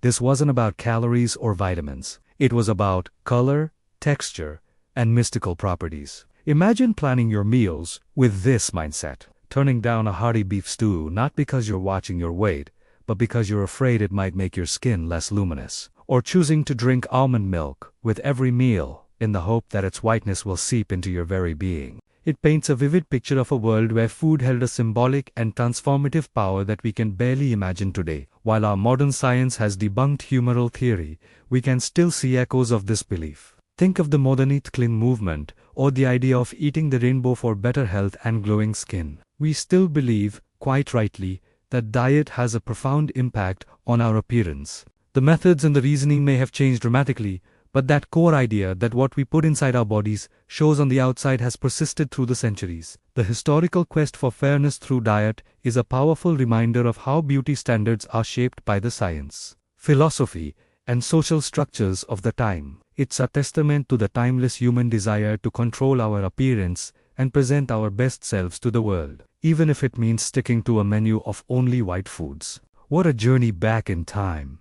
It really makes you appreciate the scientific knowledge we have today, doesn't it? Thank you so much for joining me on this deep dive into the weird and wonderful world of historical beauty diets. I hope you found it as intriguing as I did. If you enjoyed this video, please give it a thumbs up. And don't forget to subscribe and hit that notification bell so you don't miss our next exploration into the past. Drop a comment below and let me know what you think. Would you have stuck to this restrictive beauty diet? Thanks for watching, and I'll see you in the next video. Welcome back to our series, where we dive deep into the fascinating details of history. Today, we are tackling a topic that might surprise you: medieval men's grooming. When we think of the Middle Ages, we often picture gruff, unkempt knights and muddy peasants. But is that the whole story? Let's peel back the layers of time and discover the truth about how medieval men presented themselves. Forget what you've seen in the movies. The reality is far more refined and, frankly, much more interesting. So, grab your metaphorical comb and let's get into Chapter 12. Medieval men's grooming habits. Let's start with the most prominent feature: the beard. In many medieval societies, a man's beard was so much more than just facial hair. It was a powerful symbol, a billboard advertising his status, wisdom, and masculinity. For Germanic and Norse peoples, a full, flowing beard was a sign of a free man, a warrior. To forcibly shave a man's beard was a grave insult, an act of humiliation. It was a physical manifestation of his honor and strength. Think of the wise old king in a storybook or the formidable Viking chieftain. Their long beards were just for show. They commanded respect. The length, the style, even the way it was braided, could tell you a story about the man wearing it. It was a central part of their identity. But as we move into the High Middle Ages, especially within the circles of knights and nobles, a new aesthetic started to take hold. While the beard still held its symbolic power, the wild, untamed look gave way to more controlled and sophisticated styles. A well-groomed knight wasn't just a fierce warrior. He was also a courtier, expected to look his best. This meant keeping beards and mustaches neatly trimmed and shaped. We have accounts and illustrations showing knights with everything from short, tidy beards to elegant, pointed styles. To keep their facial hair soft, manageable, and smelling pleasant, they used perfumed oils and pomades. These weren't just for vanity. In a world without modern plumbing, a pleasant scent was a mark of distinction and consideration for others. So, the ideal knight was not only brave in battle, but also impeccably groomed in the castle hall. Now, what about the clean-shaven look? It might seem counterintuitive to our image of the rugged medieval man. But shaving was incredibly common and often very fashionable, particularly in courtly circles and among the clergy. For monks and priests, being clean-shaven was a sign of celibacy and devotion, a way to distinguish themselves from the worldly, bearded populace. But in the courts of France and England, especially from the 11th to the 13th centuries, being clean-shaven became a trend among the aristocracy. It signaled youth, refinement, and a certain civilized elegance. This trend was so powerful that when a new king came to the throne with a beard, it could be a major political statement. The act of shaving itself was a ritual. Men would visit barbers, who were often also surgeons, for a professional shave with a sharp straight razor. For those who could afford it, this was a regular part of their routine, just like getting a haircut today. This brings us to one of the most surprising aspects of medieval male grooming: skincare and fragrance. We tend to think of skincare as a modern obsession, but medieval men were very much concerned with the health and appearance of their skin. They used a variety of lotions and balms made from natural ingredients like lanolin from wool, beeswax, and various plant extracts to soothe skin irritated by wind, sun, or shaving. Recipes for ointments to treat blemishes or smooth wrinkles can be found in medieval medical texts. And then there were perfumes. While strong scents were used to mask unpleasant odors, subtle fragrances were a sign of wealth and sophistication. Men would use scented waters, often based on rose or lavender, on their skin and clothes. They carried pomander, small perforated balls, filled with aromatic substances, like ambergris, musk, or cloves, to ward off bad smells, and they believed disease. This hidden grooming world shows us that medieval men were far from the grimy figures of our imagination. They cared about how they looked, smelled, and felt, using the resources available to them to maintain a polished and dignified appearance.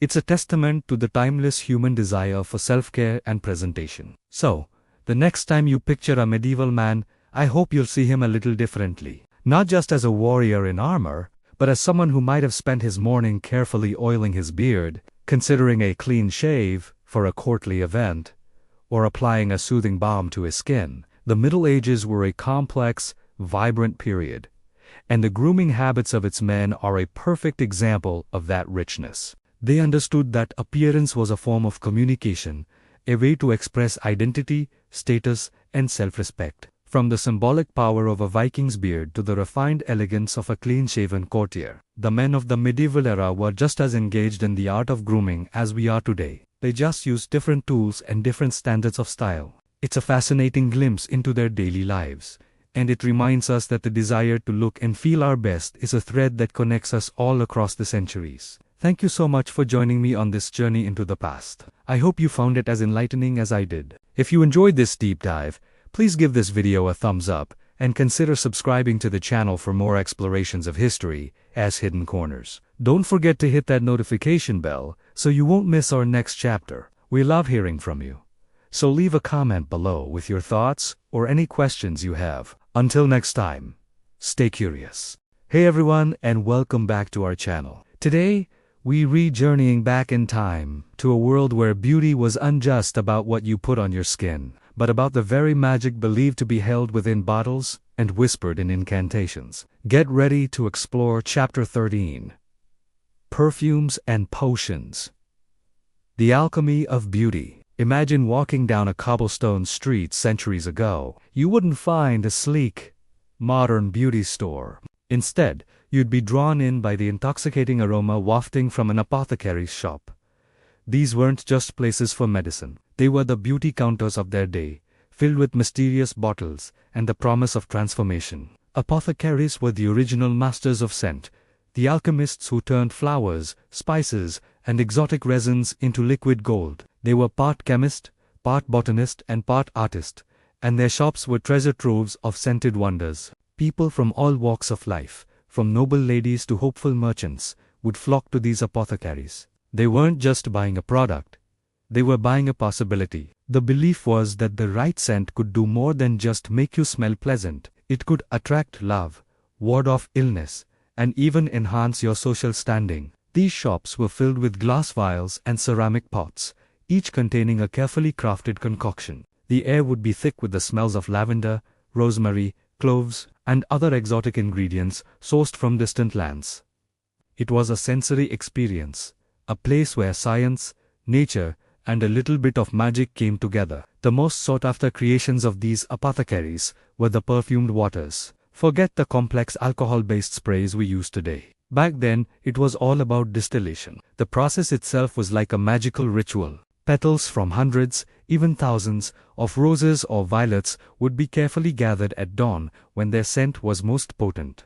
These petals were then placed in a large copper still, called an alembic, with pure spring water. A fire would be gently lit beneath, and as the water heated, it would release the flower's essential oils as steam. This fragrant steam would travel through a winding copper tube, cooling and condensing back into a liquid. What emerged, drop by precious drop, was perfumed water, the pure, captured essence of the flower. Rose water was the queen of all perfumed waters. It was cherished for its delicate, romantic scent and was believed to soothe the skin and calm the mind. Women would use it as a facial toner, a hair rinse, and even add it to their baths for a truly luxurious experience. It was a staple on the vanities of the wealthy and a symbol of elegance and purity. Then there was violet water, with its sweet, slightly powdery scent that was seen as youthful and innocent. But the real powerhouse ingredient, the one that added depth, mystery, and incredible staying power to these fragrances,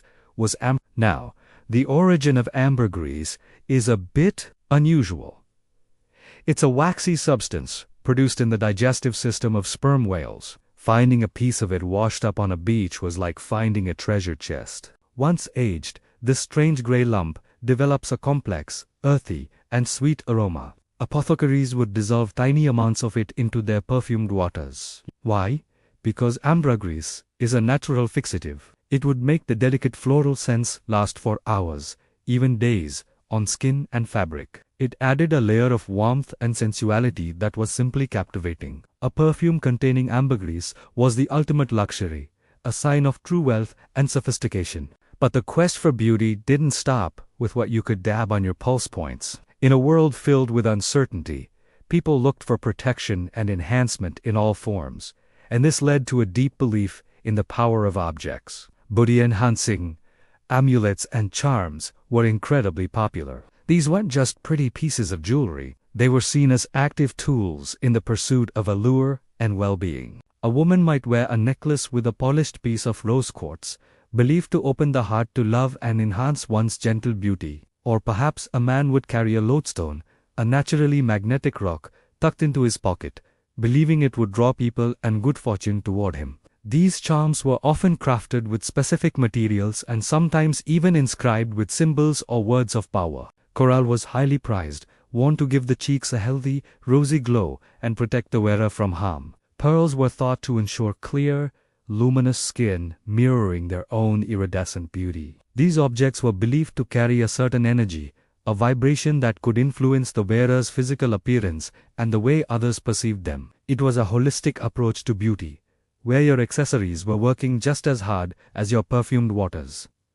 Carrying a specific charm wasn't just a fashion statement, it was an act of intention, a way of actively shaping your own destiny and appearance through the power of belief. This is where things get really fascinating, because the line between what we would call cosmetics and what they would call magic becomes incredibly blurred. Was the rosewater a cosmetic because it toned the skin? Or was it a magical potion because it was believed to attract love? Was the coral necklace a piece of jewelry? Or was it a charm actively promoting a rosy complexion? The answer is, it was both. For people of the time, there was no clear distinction. The physical and the metaphysical were deeply intertwined. Applying a scented lotion wasn't just a skincare routine. It was a ritual. As a woman smoothed the cream made with lily petals onto her face, she might whisper an incantation for pure, unblemished skin. When a perfumer was mixing a new scent, they might wait for a specific phase of the moon, believing it would imbue the final product with greater power. Recipes for beauty preparations were often found alongside spells and charms in personal books, known as books of secrets. These books contained everything from recipes for lip salves and hair dyes to potions for ensuring faithfulness or winning someone as affection. This fusion of the practical and the magical shows us a profound truth about the human desire for beauty. It's not just about looking good, it's about feeling powerful, confident, and in control of our own narrative. The women and men using these perfumes and potions were actively participating in their own transformation. They were harnessing the perceived powers of nature, the scent of a flower, the energy of a stone, the alignment of the stars to enhance their own innate beauty. It was an alchemy of the self, turning simple ingredients into a potent brew of confidence and allure. This world of scented magic reminds us that for centuries, beauty has been a powerful, personal, and deeply enchanting form of self. Thank you so much for joining me on this aromatic journey back in time. It is amazing to see how the roots of our modern beauty industry are tangled up in this fascinating history of alchemy and belief. If you enjoyed this video, please give it a thumbs up, and forget to subscribe and hit that notification bell so you won't miss our next chapter. We love hearing from you. So drop a comment below and let us know what you found most interesting. Until next time, stay curious. Welcome back to our journey through the history of beauty. Today, we're diving into Chapter 14, Fashion and Fabrics That Framed the Face. We've talked about skincare, makeup, and ideals of beauty, but none of it would be complete without the final, crucial element, fashion. How did the women of the past use clothing, colors, and accessories not just to dress their bodies, but to masterfully frame and enhance their faces, completing the ultimate illusion of perfection? Let's unravel the threads. Imagine the soft, flickering light of a candlelit hall. A woman with a deliberately pale complexion enters. What is she wearing? The most sought-after colors of the era were not chosen by accident. They were a strategic part of the beauty routine. Think of the deep, rich blues that made pale skin appear almost luminous, like porcelain, or consider the shimmer of silver thread, catching the light and reflecting it onto the cheekbones, creating a natural, ethereal highlight long before modern makeup palettes existed. Ivory and cream-colored fabrics worked in a similar way, creating a soft, angelic glow around the face, blending seamlessly with the desired pale skin tone and minimizing any perceived imperfections. These colors weren't just about status. They were the final filter, the last step in creating a living, breathing work of art. The choice of fabric was a calculated decision to ensure the face remained the undeniable focal point. Now, let's look up. Above the perfectly powdered face, the headwear of the medieval and Renaissance periods performed a feat of architectural and aesthetic genius. We often see images of towering hinens, those cone-shaped hats, or intricate veils and coifs, and might dismiss them as mere fashion. But they were so much more. These head coverings were powerful tools for manipulating perception and enhancing facial symmetry. A tall hennin, for instance, elongated the neck and face, creating a more slender, graceful silhouette that was highly prized. The crisp, clean lines of a starched wimple or the soft drape of a silk veil were expertly arranged to frame the face, hiding the hair, which was often considered a distraction. By concealing the hair, all attention was drawn to the smooth forehead, the arched brows, and the delicate features of the face itself. They created a perfect oval, a frame that presented the face as a masterpiece. The symmetry they imposed could correct or conceal any natural asymmetries, making the face appear more balanced and, therefore, more beautiful according to the era's standards. It was a brilliant, non-surgical way to contour and reshape, using nothing but fabric and ingenuity. But the framing didn't stop there. Jewelry was the master's finishing touch, placed with the precision of an artist. It wasn't just about flaunting wealth. It was about directing the viewer's gaze. Think of a single, lustrous pearl earring. Its placement wasn't random. It was positioned to draw the eye to the elegant curve of the jawline or the delicate lobe of the ear. A necklace, whether a simple ribbon with a single pendant or an elaborate collar of gems, was designed to rest perfectly at the collarbone. This did two things.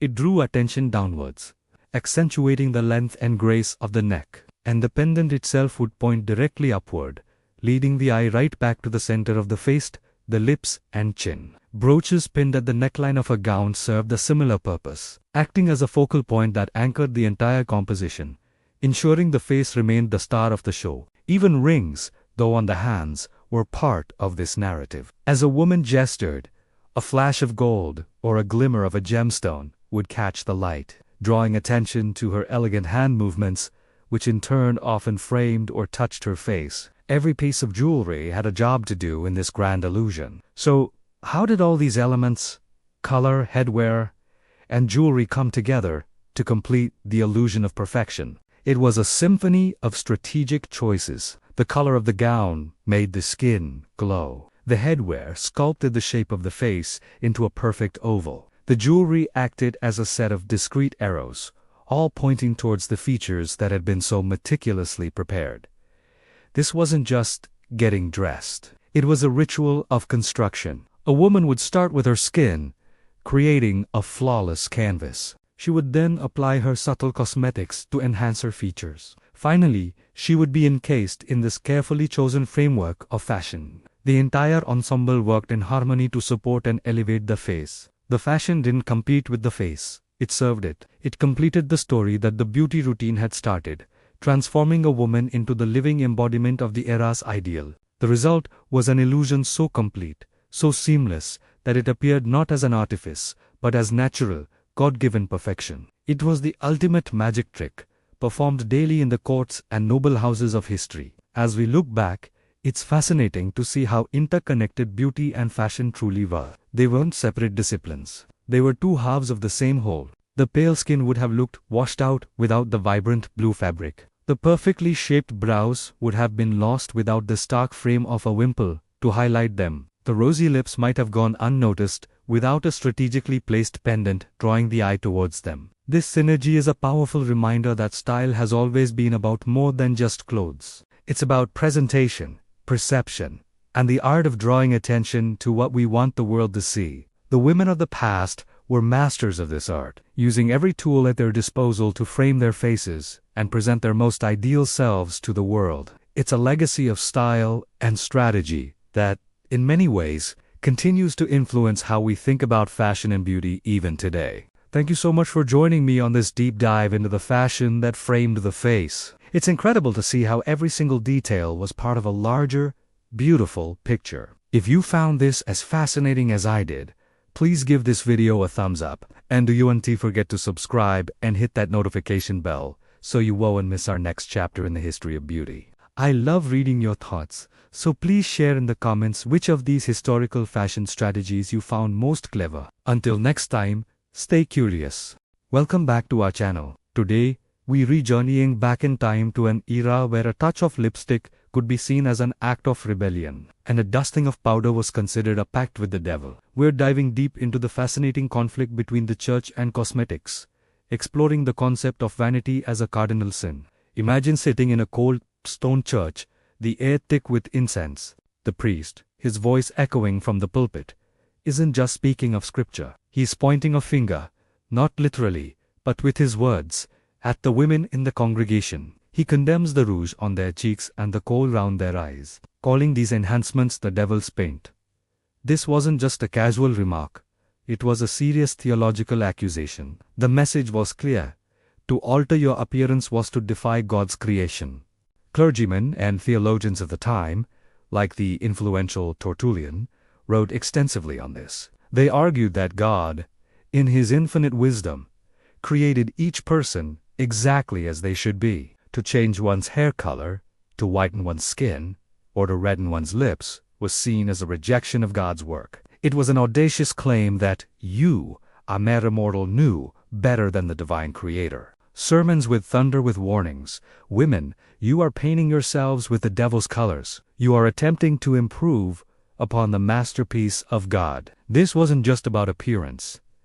It was about the state of one's soul. Vanity was considered the gateway to other sins, a sign of a corrupt heart focused on earthly praise rather than heavenly reward. These sermons painted a vivid picture of damnation. They warned that, on Judgment Day, God would not recognize those who had covered their faces with artificial colors. He would ask, "Who is this stranger? I did not create this face."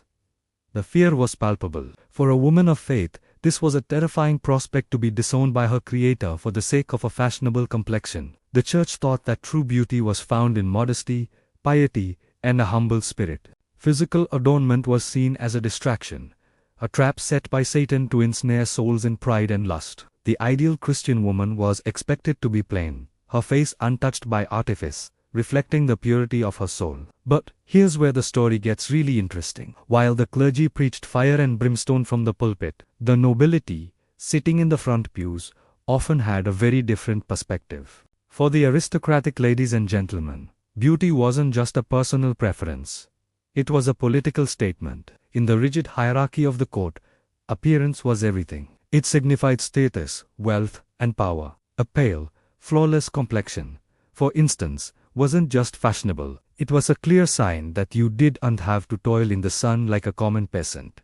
It was a marker of your divinely ordained place in the social order. So, how did they reconcile this with the church's condemnation? They crafted a brilliant justification. Nobles began to argue that their beauty was not a product of sinful vanity, but rather a reflection of divine grace. They believed that God bestowed beauty upon the elite as an outward sign of their inner nobility and virtue. Their elevated status was part of God's plan, and looking the part was simply fulfilling their God-given role. Beauty, in this context, wasn't about defying God. It was about celebrating His gifts. It was a way of honoring the high station He had granted them. This created a fascinating double standard. A merchant's wife using the same cosmetics might be condemned for social climbing and vanity, while a duchess using them was seen as simply maintaining her natural, God-given elegance. This led to a hidden struggle, a quiet war fought not on battlefields, but in boudoirs and confessionals. On one side,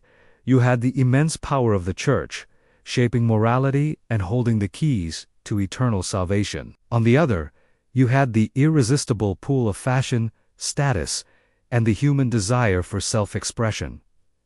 Women of the nobility were caught in the middle. They would attend mass, listen to sermons condemning their painted faces, and then return to their chambers to carefully apply the very cosmetics that were deemed sinful. It was a delicate balancing act. They needed to appear pious enough to secure their place in the afterlife, but beautiful enough to secure their position at court. This tension fueled a thriving, often secret, market for cosmetics. Recipes for skin whiteners, lip stains, and hair dyes were passed down through families or sold by apothecaries. Many of these concoctions were incredibly dangerous, containing ingredients like lead and mercury. the pursuit of a divinely graceful appearance could literally be toxic. It highlights the immense pressure these women were under. They were risking not only their souls, according to the church, but also their physical health, in the quest for a beauty that was both fashionable and, in their eyes, justified. Think about the internal conflict.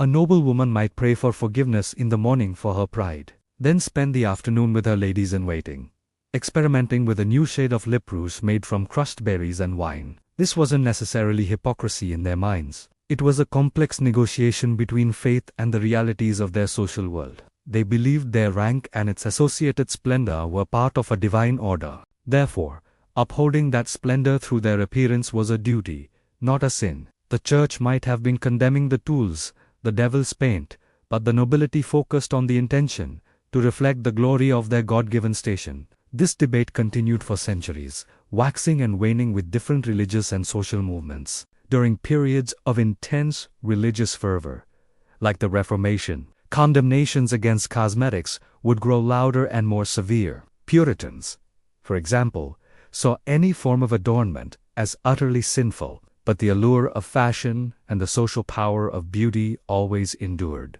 It is a fundamental human tension that we can still relate to today. The line between self-care and vanity, between expressing ourselves and seeking external validation. So, the next time you see a historical portrait of a pale-skinned, rosy-cheeked noble, remember the complex story behind that image. It's not just a pretty face, it's a statement of power, a reflection of social status, and a testament to the silent, enduring struggle between the doctrines of the church and the unwritten laws of fashion. It is a story of women navigating a world where their very face could be a battleground for their soul. Thank you so much for joining me on this journey into the past. It's a fascinating reminder that the things we often take for granted, like a little bit of makeup, have a rich and complicated history. If you enjoyed this deep dive, please hit that like button, subscribe to the channel, and ring the bell so you don't miss our next exploration. We'll see you in the next video. Hello everyone, and welcome back to our channel. Today, we're journeying back in time to explore a fascinating and often overlooked aspect of history: beauty. But this isn't just about ancient skincare routines. In Chapter 16, Beauty and Class, Who Could Afford Perfection, will uncover how, for centuries, beauty wasn't just a personal choice, it was a powerful visual symbol of wealth, status, and social standing. So, grab a cup of tea, get comfortable, and let's dive into the world where your appearance could define your place in society. Imagine for a moment you're a peasant in medieval Europe. Your day starts before the sun rises and ends long after it sets. Your hands are calloused from working the fields, your skin weathered by the sun and wind. In this world, the idea of a luxurious, fragrant cream or an exotic perfume is as distant as the king's castle. These weren't just expensive. They were entirely out of reach. The ingredients: rare flowers, imported spices, precious oils were sourced from faraway lands. Their costs astronomical. For the vast majority of the population, life was about survival, not splendor. Their beauty routine was dictated by practicality. Soap, if available, was a harsh, lye-based block used for everything from laundry to personal washing. Skincare was whatever nature provided: a bit of animal fat to soothe chapped skin or a poultice of herbs for a cut. Perfection wasn't the goal, functionality was, yet it would be a mistake to think that beauty didn't exist in these rural communities.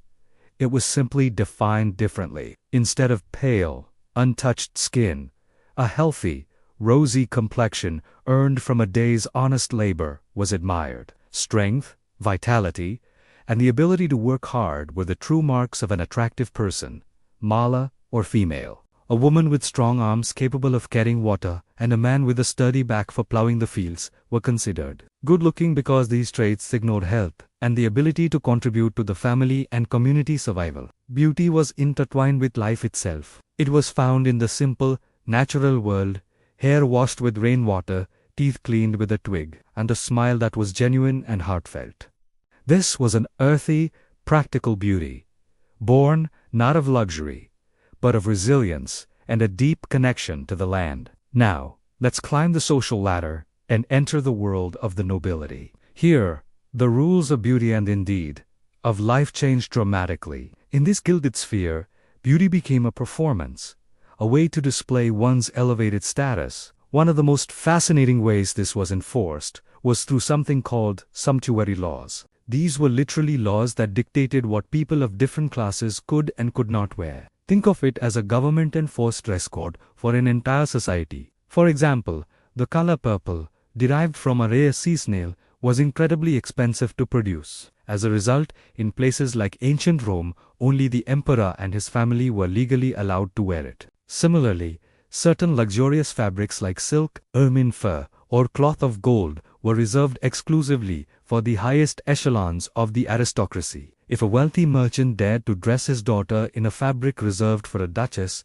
he could face hefty fines or even imprisonment. These laws weren't just about fashion. They were about maintaining a clear, visible social hierarchy. You could literally tell someone's rank just by the color and texture of their clothes. It ensured that, no matter how much money a commoner might accumulate, they could never visually be mistaken for a true blue blood. This is where we see the concept of beauty becoming a deliberate and powerful symbol of wealth. For the upper classes, perfection wasn't just desirable, it was a duty. A noblewoman's appearance was a reflection of her husband's or father's power and prosperity. Her role was, in part, to be a living, breathing work of art. This meant cultivating an appearance that screamed, "I do not work." Pale skin was paramount. A tan was the mark of a field laborer. So, aristocratic women went to extraordinary lengths to protect their skin from the sun. They would wear wide-brimmed hats, carry parasols, and even wear masks when venturing outdoors. To achieve that coveted porcelain complexion, they used powders made from lead or arsenic, highly toxic substances that could cause severe health problems and even death over time. The pursuit of this specific, class-based ideal of beauty was literally a dangerous game. But it didn't stop with skin. Every detail was curated. Their hands had to be soft and delicate, free from calluses, proving they never engaged in manual labor. Their teeth, while often plagued by the sugary diets of the rich, were attended to with powders and pastes. Perfumes, made from musk, ambergris, and rare floral essences, were essential. In a world with poor sanitation, being able to afford a scent that overpowered the stench of daily life was the ultimate luxury. It created a fragrant bubble around the wealthy, further separating them from the unwashed masses. Their clothing was elaborate, restrictive, and utterly impractical for any form of work. Heavy brocades, tight corsets, and voluminous skirts were designed for a life of leisure. Life spent being seen and admired. A noble woman couldn't even dress herself. She required ladies' maids to lace her into her gowns and style her elaborate hair. Her very helplessness was a status symbol. This created a stark visual divide. On one side, you have the peasant, whose beauty is natural, functional, and tied to their ability to work. Their body tells a story of survival and resilience. On the other side, you have the aristocrat, whose beauty is artificial, ornamental, and a testament to their idol. Their body tells a story of immense wealth and privilege. This wasn't a subtle difference. It was when a noble carriage passed a farmer on a dusty road, the contrast was immediate and absolute. It was a constant, visual reinforcement of the social order. The poor were meant to look poor, and the rich were meant to look rich. Beauty, in this context, became one of the most effective tools for maintaining class distinctions. It wasn't just about looking good. It was about looking like you belonged. It was a language spoken through fabric, color, and complexion, and everyone, from the lowest serf to the king himself, understood exactly what it meant. As we look back, it's a powerful reminder that the standards of beauty we often take for granted are deeply rooted in history, economics, and social structures. The idea that certain looks are better than others often has less to do with aesthetics and more to do with what a society values or, more accurately, what its most powerful members value. The peasant's sun-kissed skin and the noblewoman's pale complexion were both products of their time and place, each telling a story of a very different life. This history challenges us to think critically about our own beauty standards today. What do our modern ideals say about our values? What stories are our appearances telling now? It's a fascinating question, and one we'll continue to explore. Thank you so much for joining me on this historical journey today. I hope it gave you a new perspective on the complex relationship between beauty and class. If you enjoyed this video and want to learn more, please hit that like button. And don't forget to subscribe and turn on notifications so you don't miss our next chapter. We love hearing from you, so please drop your thoughts and questions in the comments below. Until next time, stay curious. Ever wonder what a medieval skincare routine looked like? Forget the fancy serums and high-tech gadgets we have today. Back in the Middle Ages, the line between medicine and makeup was surprisingly blurry. Let's dive into the fascinating world of medieval beauty secrets, where physicians were also the original beauty gurus. Imagine walking into a medieval physician's office. You might be there for a cough, but you could just as easily walk out with a prescription for a wrinkle cream. It sounds wild, but it was totally normal. Doctors in the Middle Ages didn't just deal with life or death illnesses. They were also the go-to experts for what we'd now call cosmetic dermatology. They wrote detailed beauty prescriptions, right alongside cures for common ailments. This wasn't seen as frivolous. For them, a healthy appearance was a direct reflection of your inner health and balance. A clear complexion and vibrant hair weren't just about vanity. They were signs that your body was in harmony. So, if you had a skin blemish, it was a medical issue that needed a doctor's attention. Two of the most influential texts from this era were the *Trotula* and the *Secreta Mulierum*, or Women's Secrets. These weren't just dusty old books. They were the essential health and beauty manuals of their time, passed down and consulted for centuries. The *Trotula* was a collection of works, likely written by various authors in the 12th century, focusing specifically on women's health. It covered everything from childbirth to, you guessed it, cosmetics. It was revolutionary because it treated women's concerns with a serious, medical approach. The book offered practical advice on how to maintain a youthful and pleasing appearance, which was considered part of a woman's overall well-being. It wasn't just about looking good. It was about feeling good and presenting oneself in the best possible light in a society that placed a high value on appearance. So, what were these ancient beauty secrets? Let's get into the recipes. If you were worried about wrinkles, a medieval doctor might prescribe a cream made from ingredients like lily root, beeswax, and even animal fats. For example, one recipe suggested boiling lily roots and mixing them with honey to create a paste to smooth the skin. Another popular anti-aging treatment involved a lotion made from myrrh and white wine, which was believed to tighten the skin and reduce fine lines. It's fascinating to see them using ingredients we still recognize today, like honey and beeswax, for their moisturizing and preservative properties. They were definitely on to something. Hair loss was another major concern. If a knight's helmet was causing a bit of a receding hairline, he might turn to a special hair restorer. One popular and slightly unusual recipe called for a mixture of southernwood ash, willow bark, and bear grease. Yes, bear grease. It was believed to be a powerful stimulant for hair growth. They would create a salve and massage it vigorously into the scalp. While it might not sound appealing to us, it shows their commitment to finding solutions for every aesthetic problem.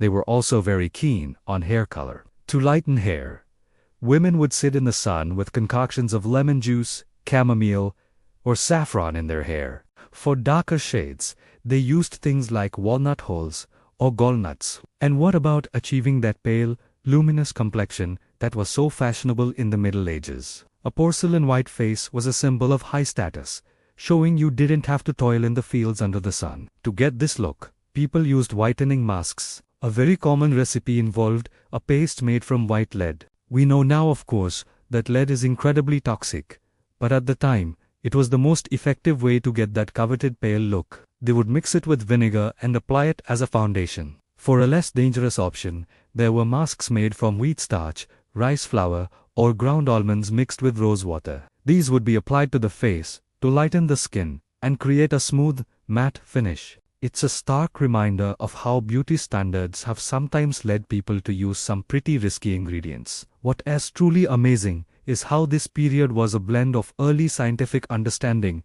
and pure superstition. On one hand, you have the beginnings of dermatology, Physicians were observing skin conditions, categorizing them, and experimenting with botanical ingredients to treat them. They understood the soothing properties of aloe, the moisturizing benefits of oils, and the astringent qualities of certain herbs. They were using a process of trial and error, much like early science. For instance, they recognized that certain foods and lifestyle factors could affect the skin, advising moderation in diet and getting enough rest for a better complexion. This was a very holistic approach to beauty that we're seeing a big return to today. But on the other hand, their knowledge was deeply intertwined with superstition, folklore, and a bit of magic. Some recipes called for ingredients to be gathered under a specific phase of the moon. Other remedies included strange components like bats, blood, or earthworms, believing they held special curative powers. For instance, to remove a scar, a recipe might suggest rubbing it with a green lizard or the saliva of a fasting man. It's this mix of the logical and the mystical that makes medieval cosmetics so captivating. They were working with the knowledge they had, combining empirical observation with the cultural and spiritual beliefs of their time. They didn't have microscopes or chemical analysis, so they relied on tradition, observation, and a healthy dose of faith. Looking back at these medieval medicine and cosmetic recipes, we see more than just quaint, outdated practices. We see the very roots of our own modern beauty industry, the desire to look and feel our best,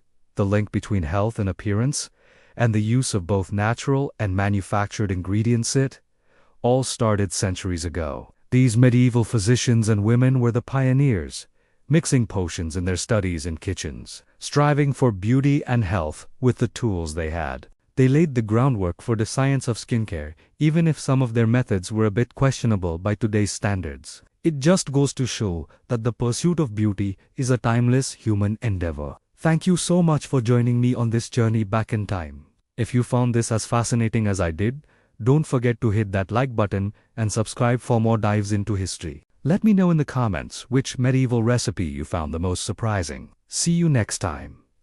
Hello, history lovers, and welcome back to our channel. Today, we are stepping into a world shimmering with silks, scented with perfumes, and echoing with poetic verses. We're diving into chapter 18, Love, Seduction, and the intricate world of courtly beauty. Forget what you think you know about medieval times being all mud and misery. In the halls of power, beauty wasn't just admired, it was a currency, a strategy, and a powerful weapon in the high-stakes games of romance and politics.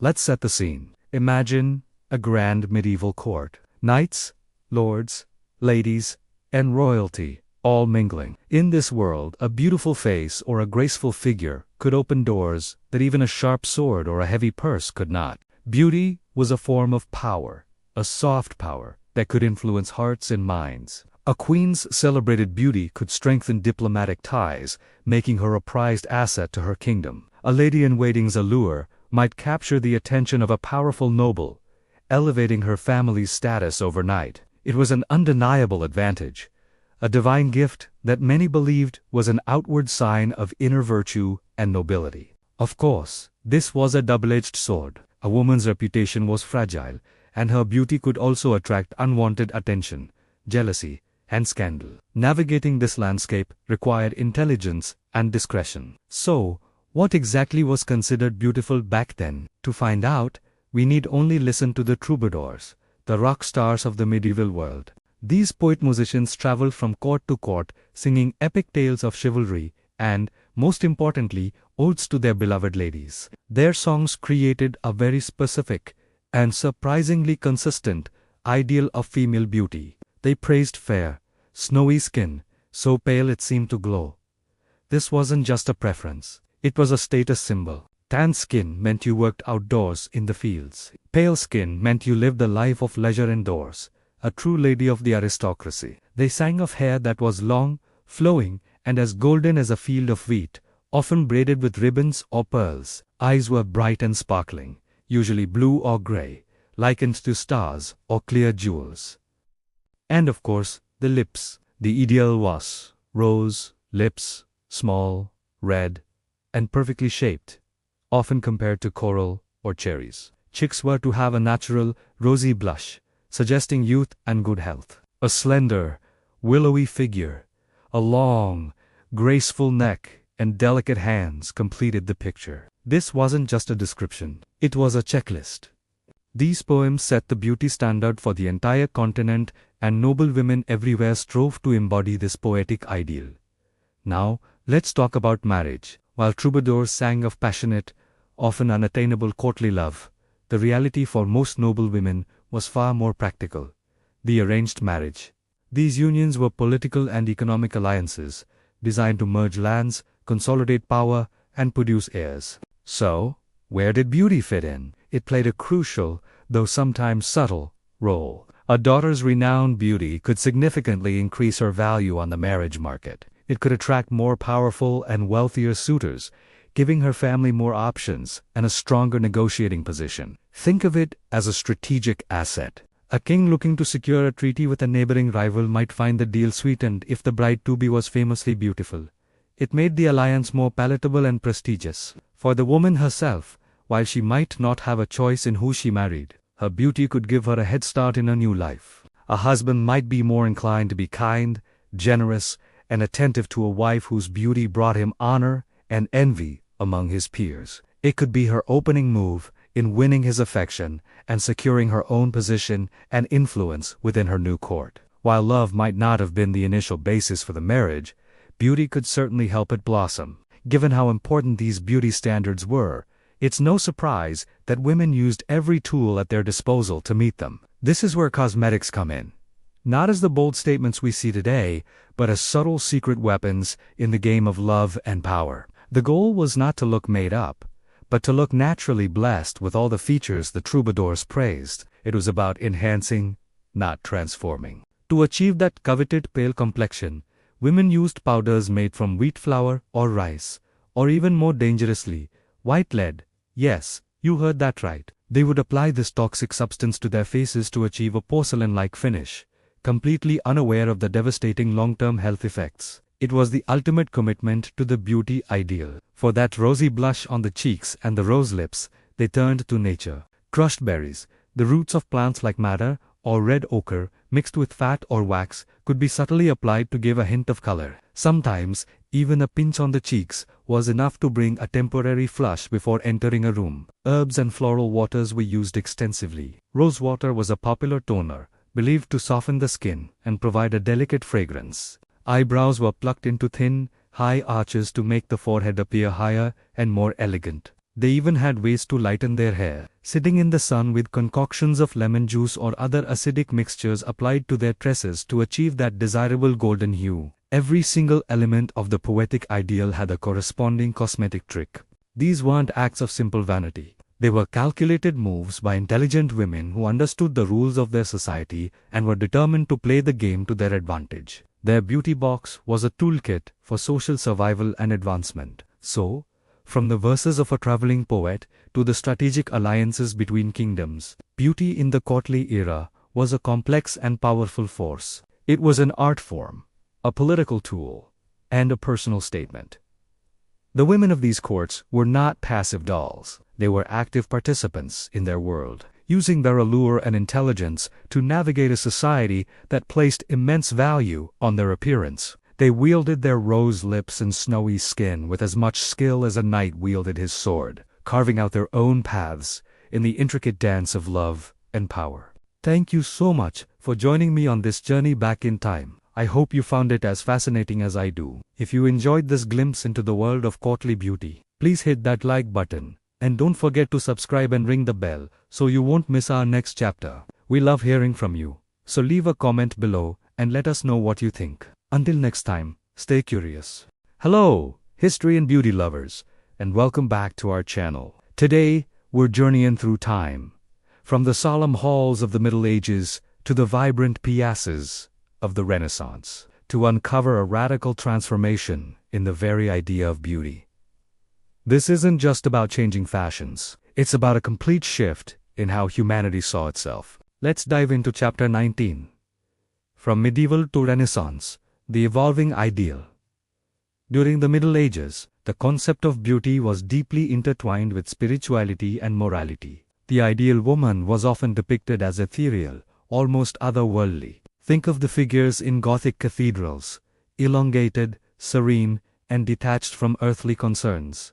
The emphasis was on inner virtue, and physical beauty was often seen as a reflection of a pure soul. A high, plucked forehead was considered a sign of intelligence and aristocracy, while a pale complexion signified a life lived indoors, away from manual labor. The body was something to be disciplined, sometimes even seen as a source of temptation that needed to be concealed beneath heavy, modest clothing. Beauty was less about individual expression and more about conforming to a pious, spiritual archetype. It was a beauty of humility and restraint, pointing towards the heavens rather than celebrating the world here and now. But as the Middle Ages waned, the seeds of a new era were sprouting. The Black Death, while devastating, shook the foundations of the old world order. A growing merchant class, increased trade, and a rediscovery of classical Greek and Roman texts sparked a new way of thinking.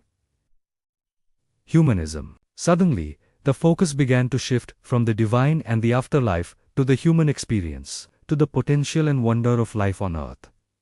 And this intellectual revolution had a profound impact on the ideal of beauty. It was no longer enough to be a symbol of piety. Beauty began to be seen as a gift, a celebration of life itself. This brings us to the glorious Renaissance, a period that truly put the arts in artificial and, more importantly, in natural.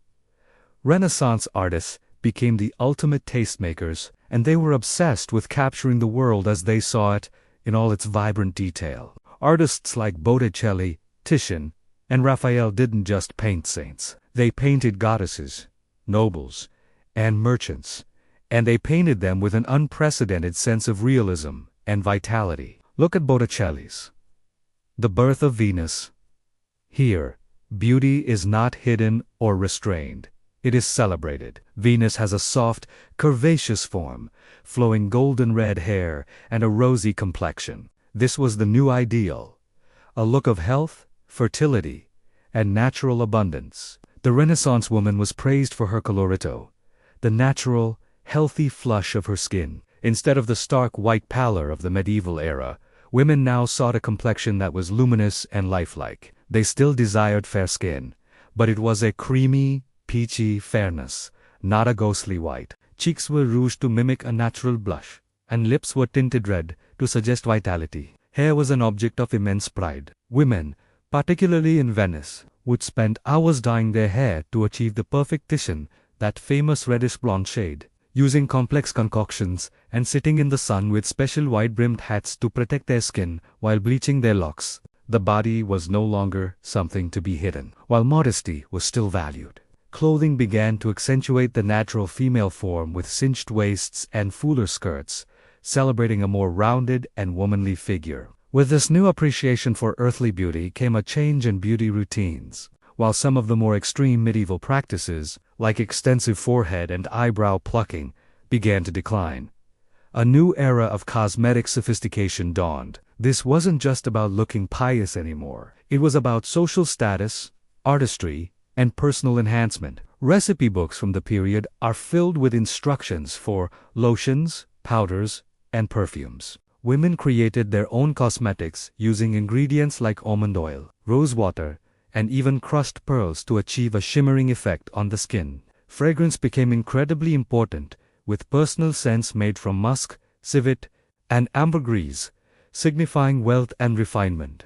Beauty became a craft, a daily ritual that demonstrated a woman's taste, education, and social standing. It was a public performance of elegance and grace. So, how did we get from a spiritual, almost ascetic ideal to one obsessed with color, form, and earthly delight? The journey from the medieval to the Renaissance ideal of beauty is a story of a changing worldview. It reflects a society moving from a God-centered universe to a human-centered one. The medieval period, with its focus on spiritual purity, wasn't wrong. It simply had a different set of values. It laid a crucial foundation, creating a culture where appearance and its meaning were deeply considered. This intense focus on the symbolism of beauty didn't just disappear. It was repurposed. The Renaissance took that obsession and redirected it, celebrating the human body as a masterpiece of nature, a vessel of vitality, and a canvas for art. This shift from seeing beauty as a reflection of the soul to seeing it as a celebration of life itself is the very essence of the Renaissance spirit. It was this rebirth of classical ideals, fused with a new appreciation for the individual, that set the stage for centuries of beauty culture to come, paving the way for the ever-evolving standards we navigate even today. Thank you so much for joining me on this fascinating journey through time. The way we see beauty is always a mirror of our deepest cultural values. What do you find most interesting about this transition? Let me know in the comments below. And if you enjoyed this video, please give it a thumbs up, subscribe to the channel, and hit that notification bell so you don't miss our next exploration into the history of beauty. See you next time. Here we are, at the end of our journey, back where we started, bathed in the soft, gentle glow of candlelight. It's a fitting place to pause and reflect, isn't it? The flame flickers, casting long, dancing shadows. Much like the stories we've explored have cast shadows across history, this simple light has illuminated our path through centuries of human aspiration, a silent witness to countless rituals performed in its glow. In rooms just like this, under the watchful eye of a solitary candle, generations have looked into mirrors, hoping to see a more perfect version of themselves, looking back. This candlelight, so warm and forgiving, hides a stark and chilling irony. We've journeyed through time, uncovering the extreme, often dangerous, lengths people went to in the name of beauty. We've seen the use of lead to whiten skin, arsenic to brighten the eyes, and mercury to smooth away imperfections. Each of these was a gamble, a dangerous pact made with poisons in the pursuit of an ideal. They were chasing a vision of divine perfection, a flawless image they believed would elevate them, bring them closer to the gods or, at the very least, to the pinnacle of society. But in that very pursuit of a divine ideal, they courted mortal danger. They risked their health, their vitality, and sometimes their very lives.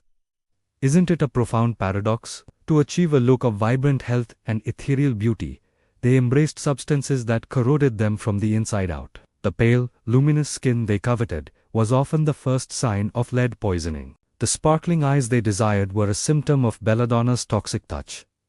They were literally dying to be beautiful. This quest for perfection became a slow, creeping self-destruction, a tragedy played out in boudoirs and dressing rooms across the ages. This tells us something fundamental about the human spirit. The desire to be seen, to be admired, to be beautiful, is not a modern vanity born of social media and filters. It is a timeless, primal urge woven into our very fabric. It has driven innovation, inspired art, and, as we've seen, pushed people to endure unimaginable pain. From the tight-laced corsets that reshaped the body to the chemical peels that burned away layers of skin, the willingness to suffer for beauty is a constant thread in our shared history.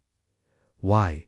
Why endure so much? Perhaps it's because beauty has always been more than just skin deep. It's been a language, a form of currency, a declaration of status, and a shield. It could signal wealth, purity, power, or rebellion. In a world with rigid social structures, altering one's appearance was one of the few forms of control an individual might have. It was a way to author your own story, to present a chosen face to the world, even if the process was agonizing. The pain was a testament to the depth of the desire, a sacrifice on the altar of self-creation. Think about the sheer dedication it took. We complain about a multi-step skincare routine today, but imagine the hours, the days, spent applying complicated, often foul-smelling concoctions. Imagine the discipline of wearing restrictive garments that made it difficult to breathe, all for a particular silhouette. This wasn't just vanity. It was a craft, a daily ritual demanding patience and an astonishing tolerance for discomfort.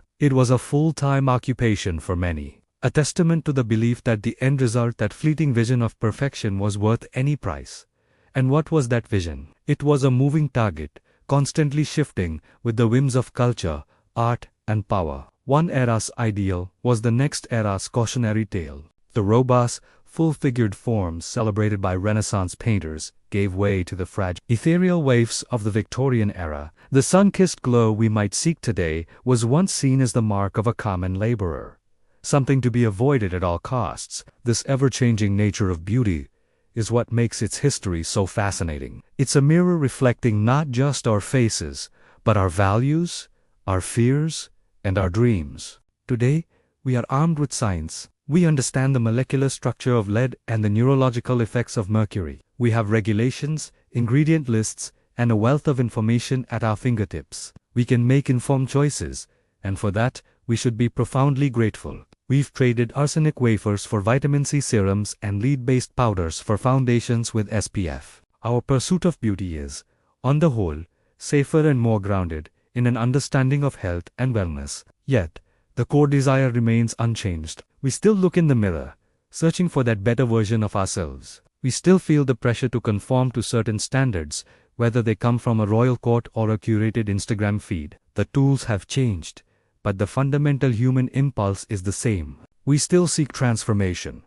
We still chase an ideal. The echoes of those historical practices are all around us, in the cosmetic procedures that promise to turn back time, and the dietary fads that offer a new and improved you. We are, in many ways, the inheritors of this complicated legacy. We grapple with the same questions our ancestors did, albeit in a different context.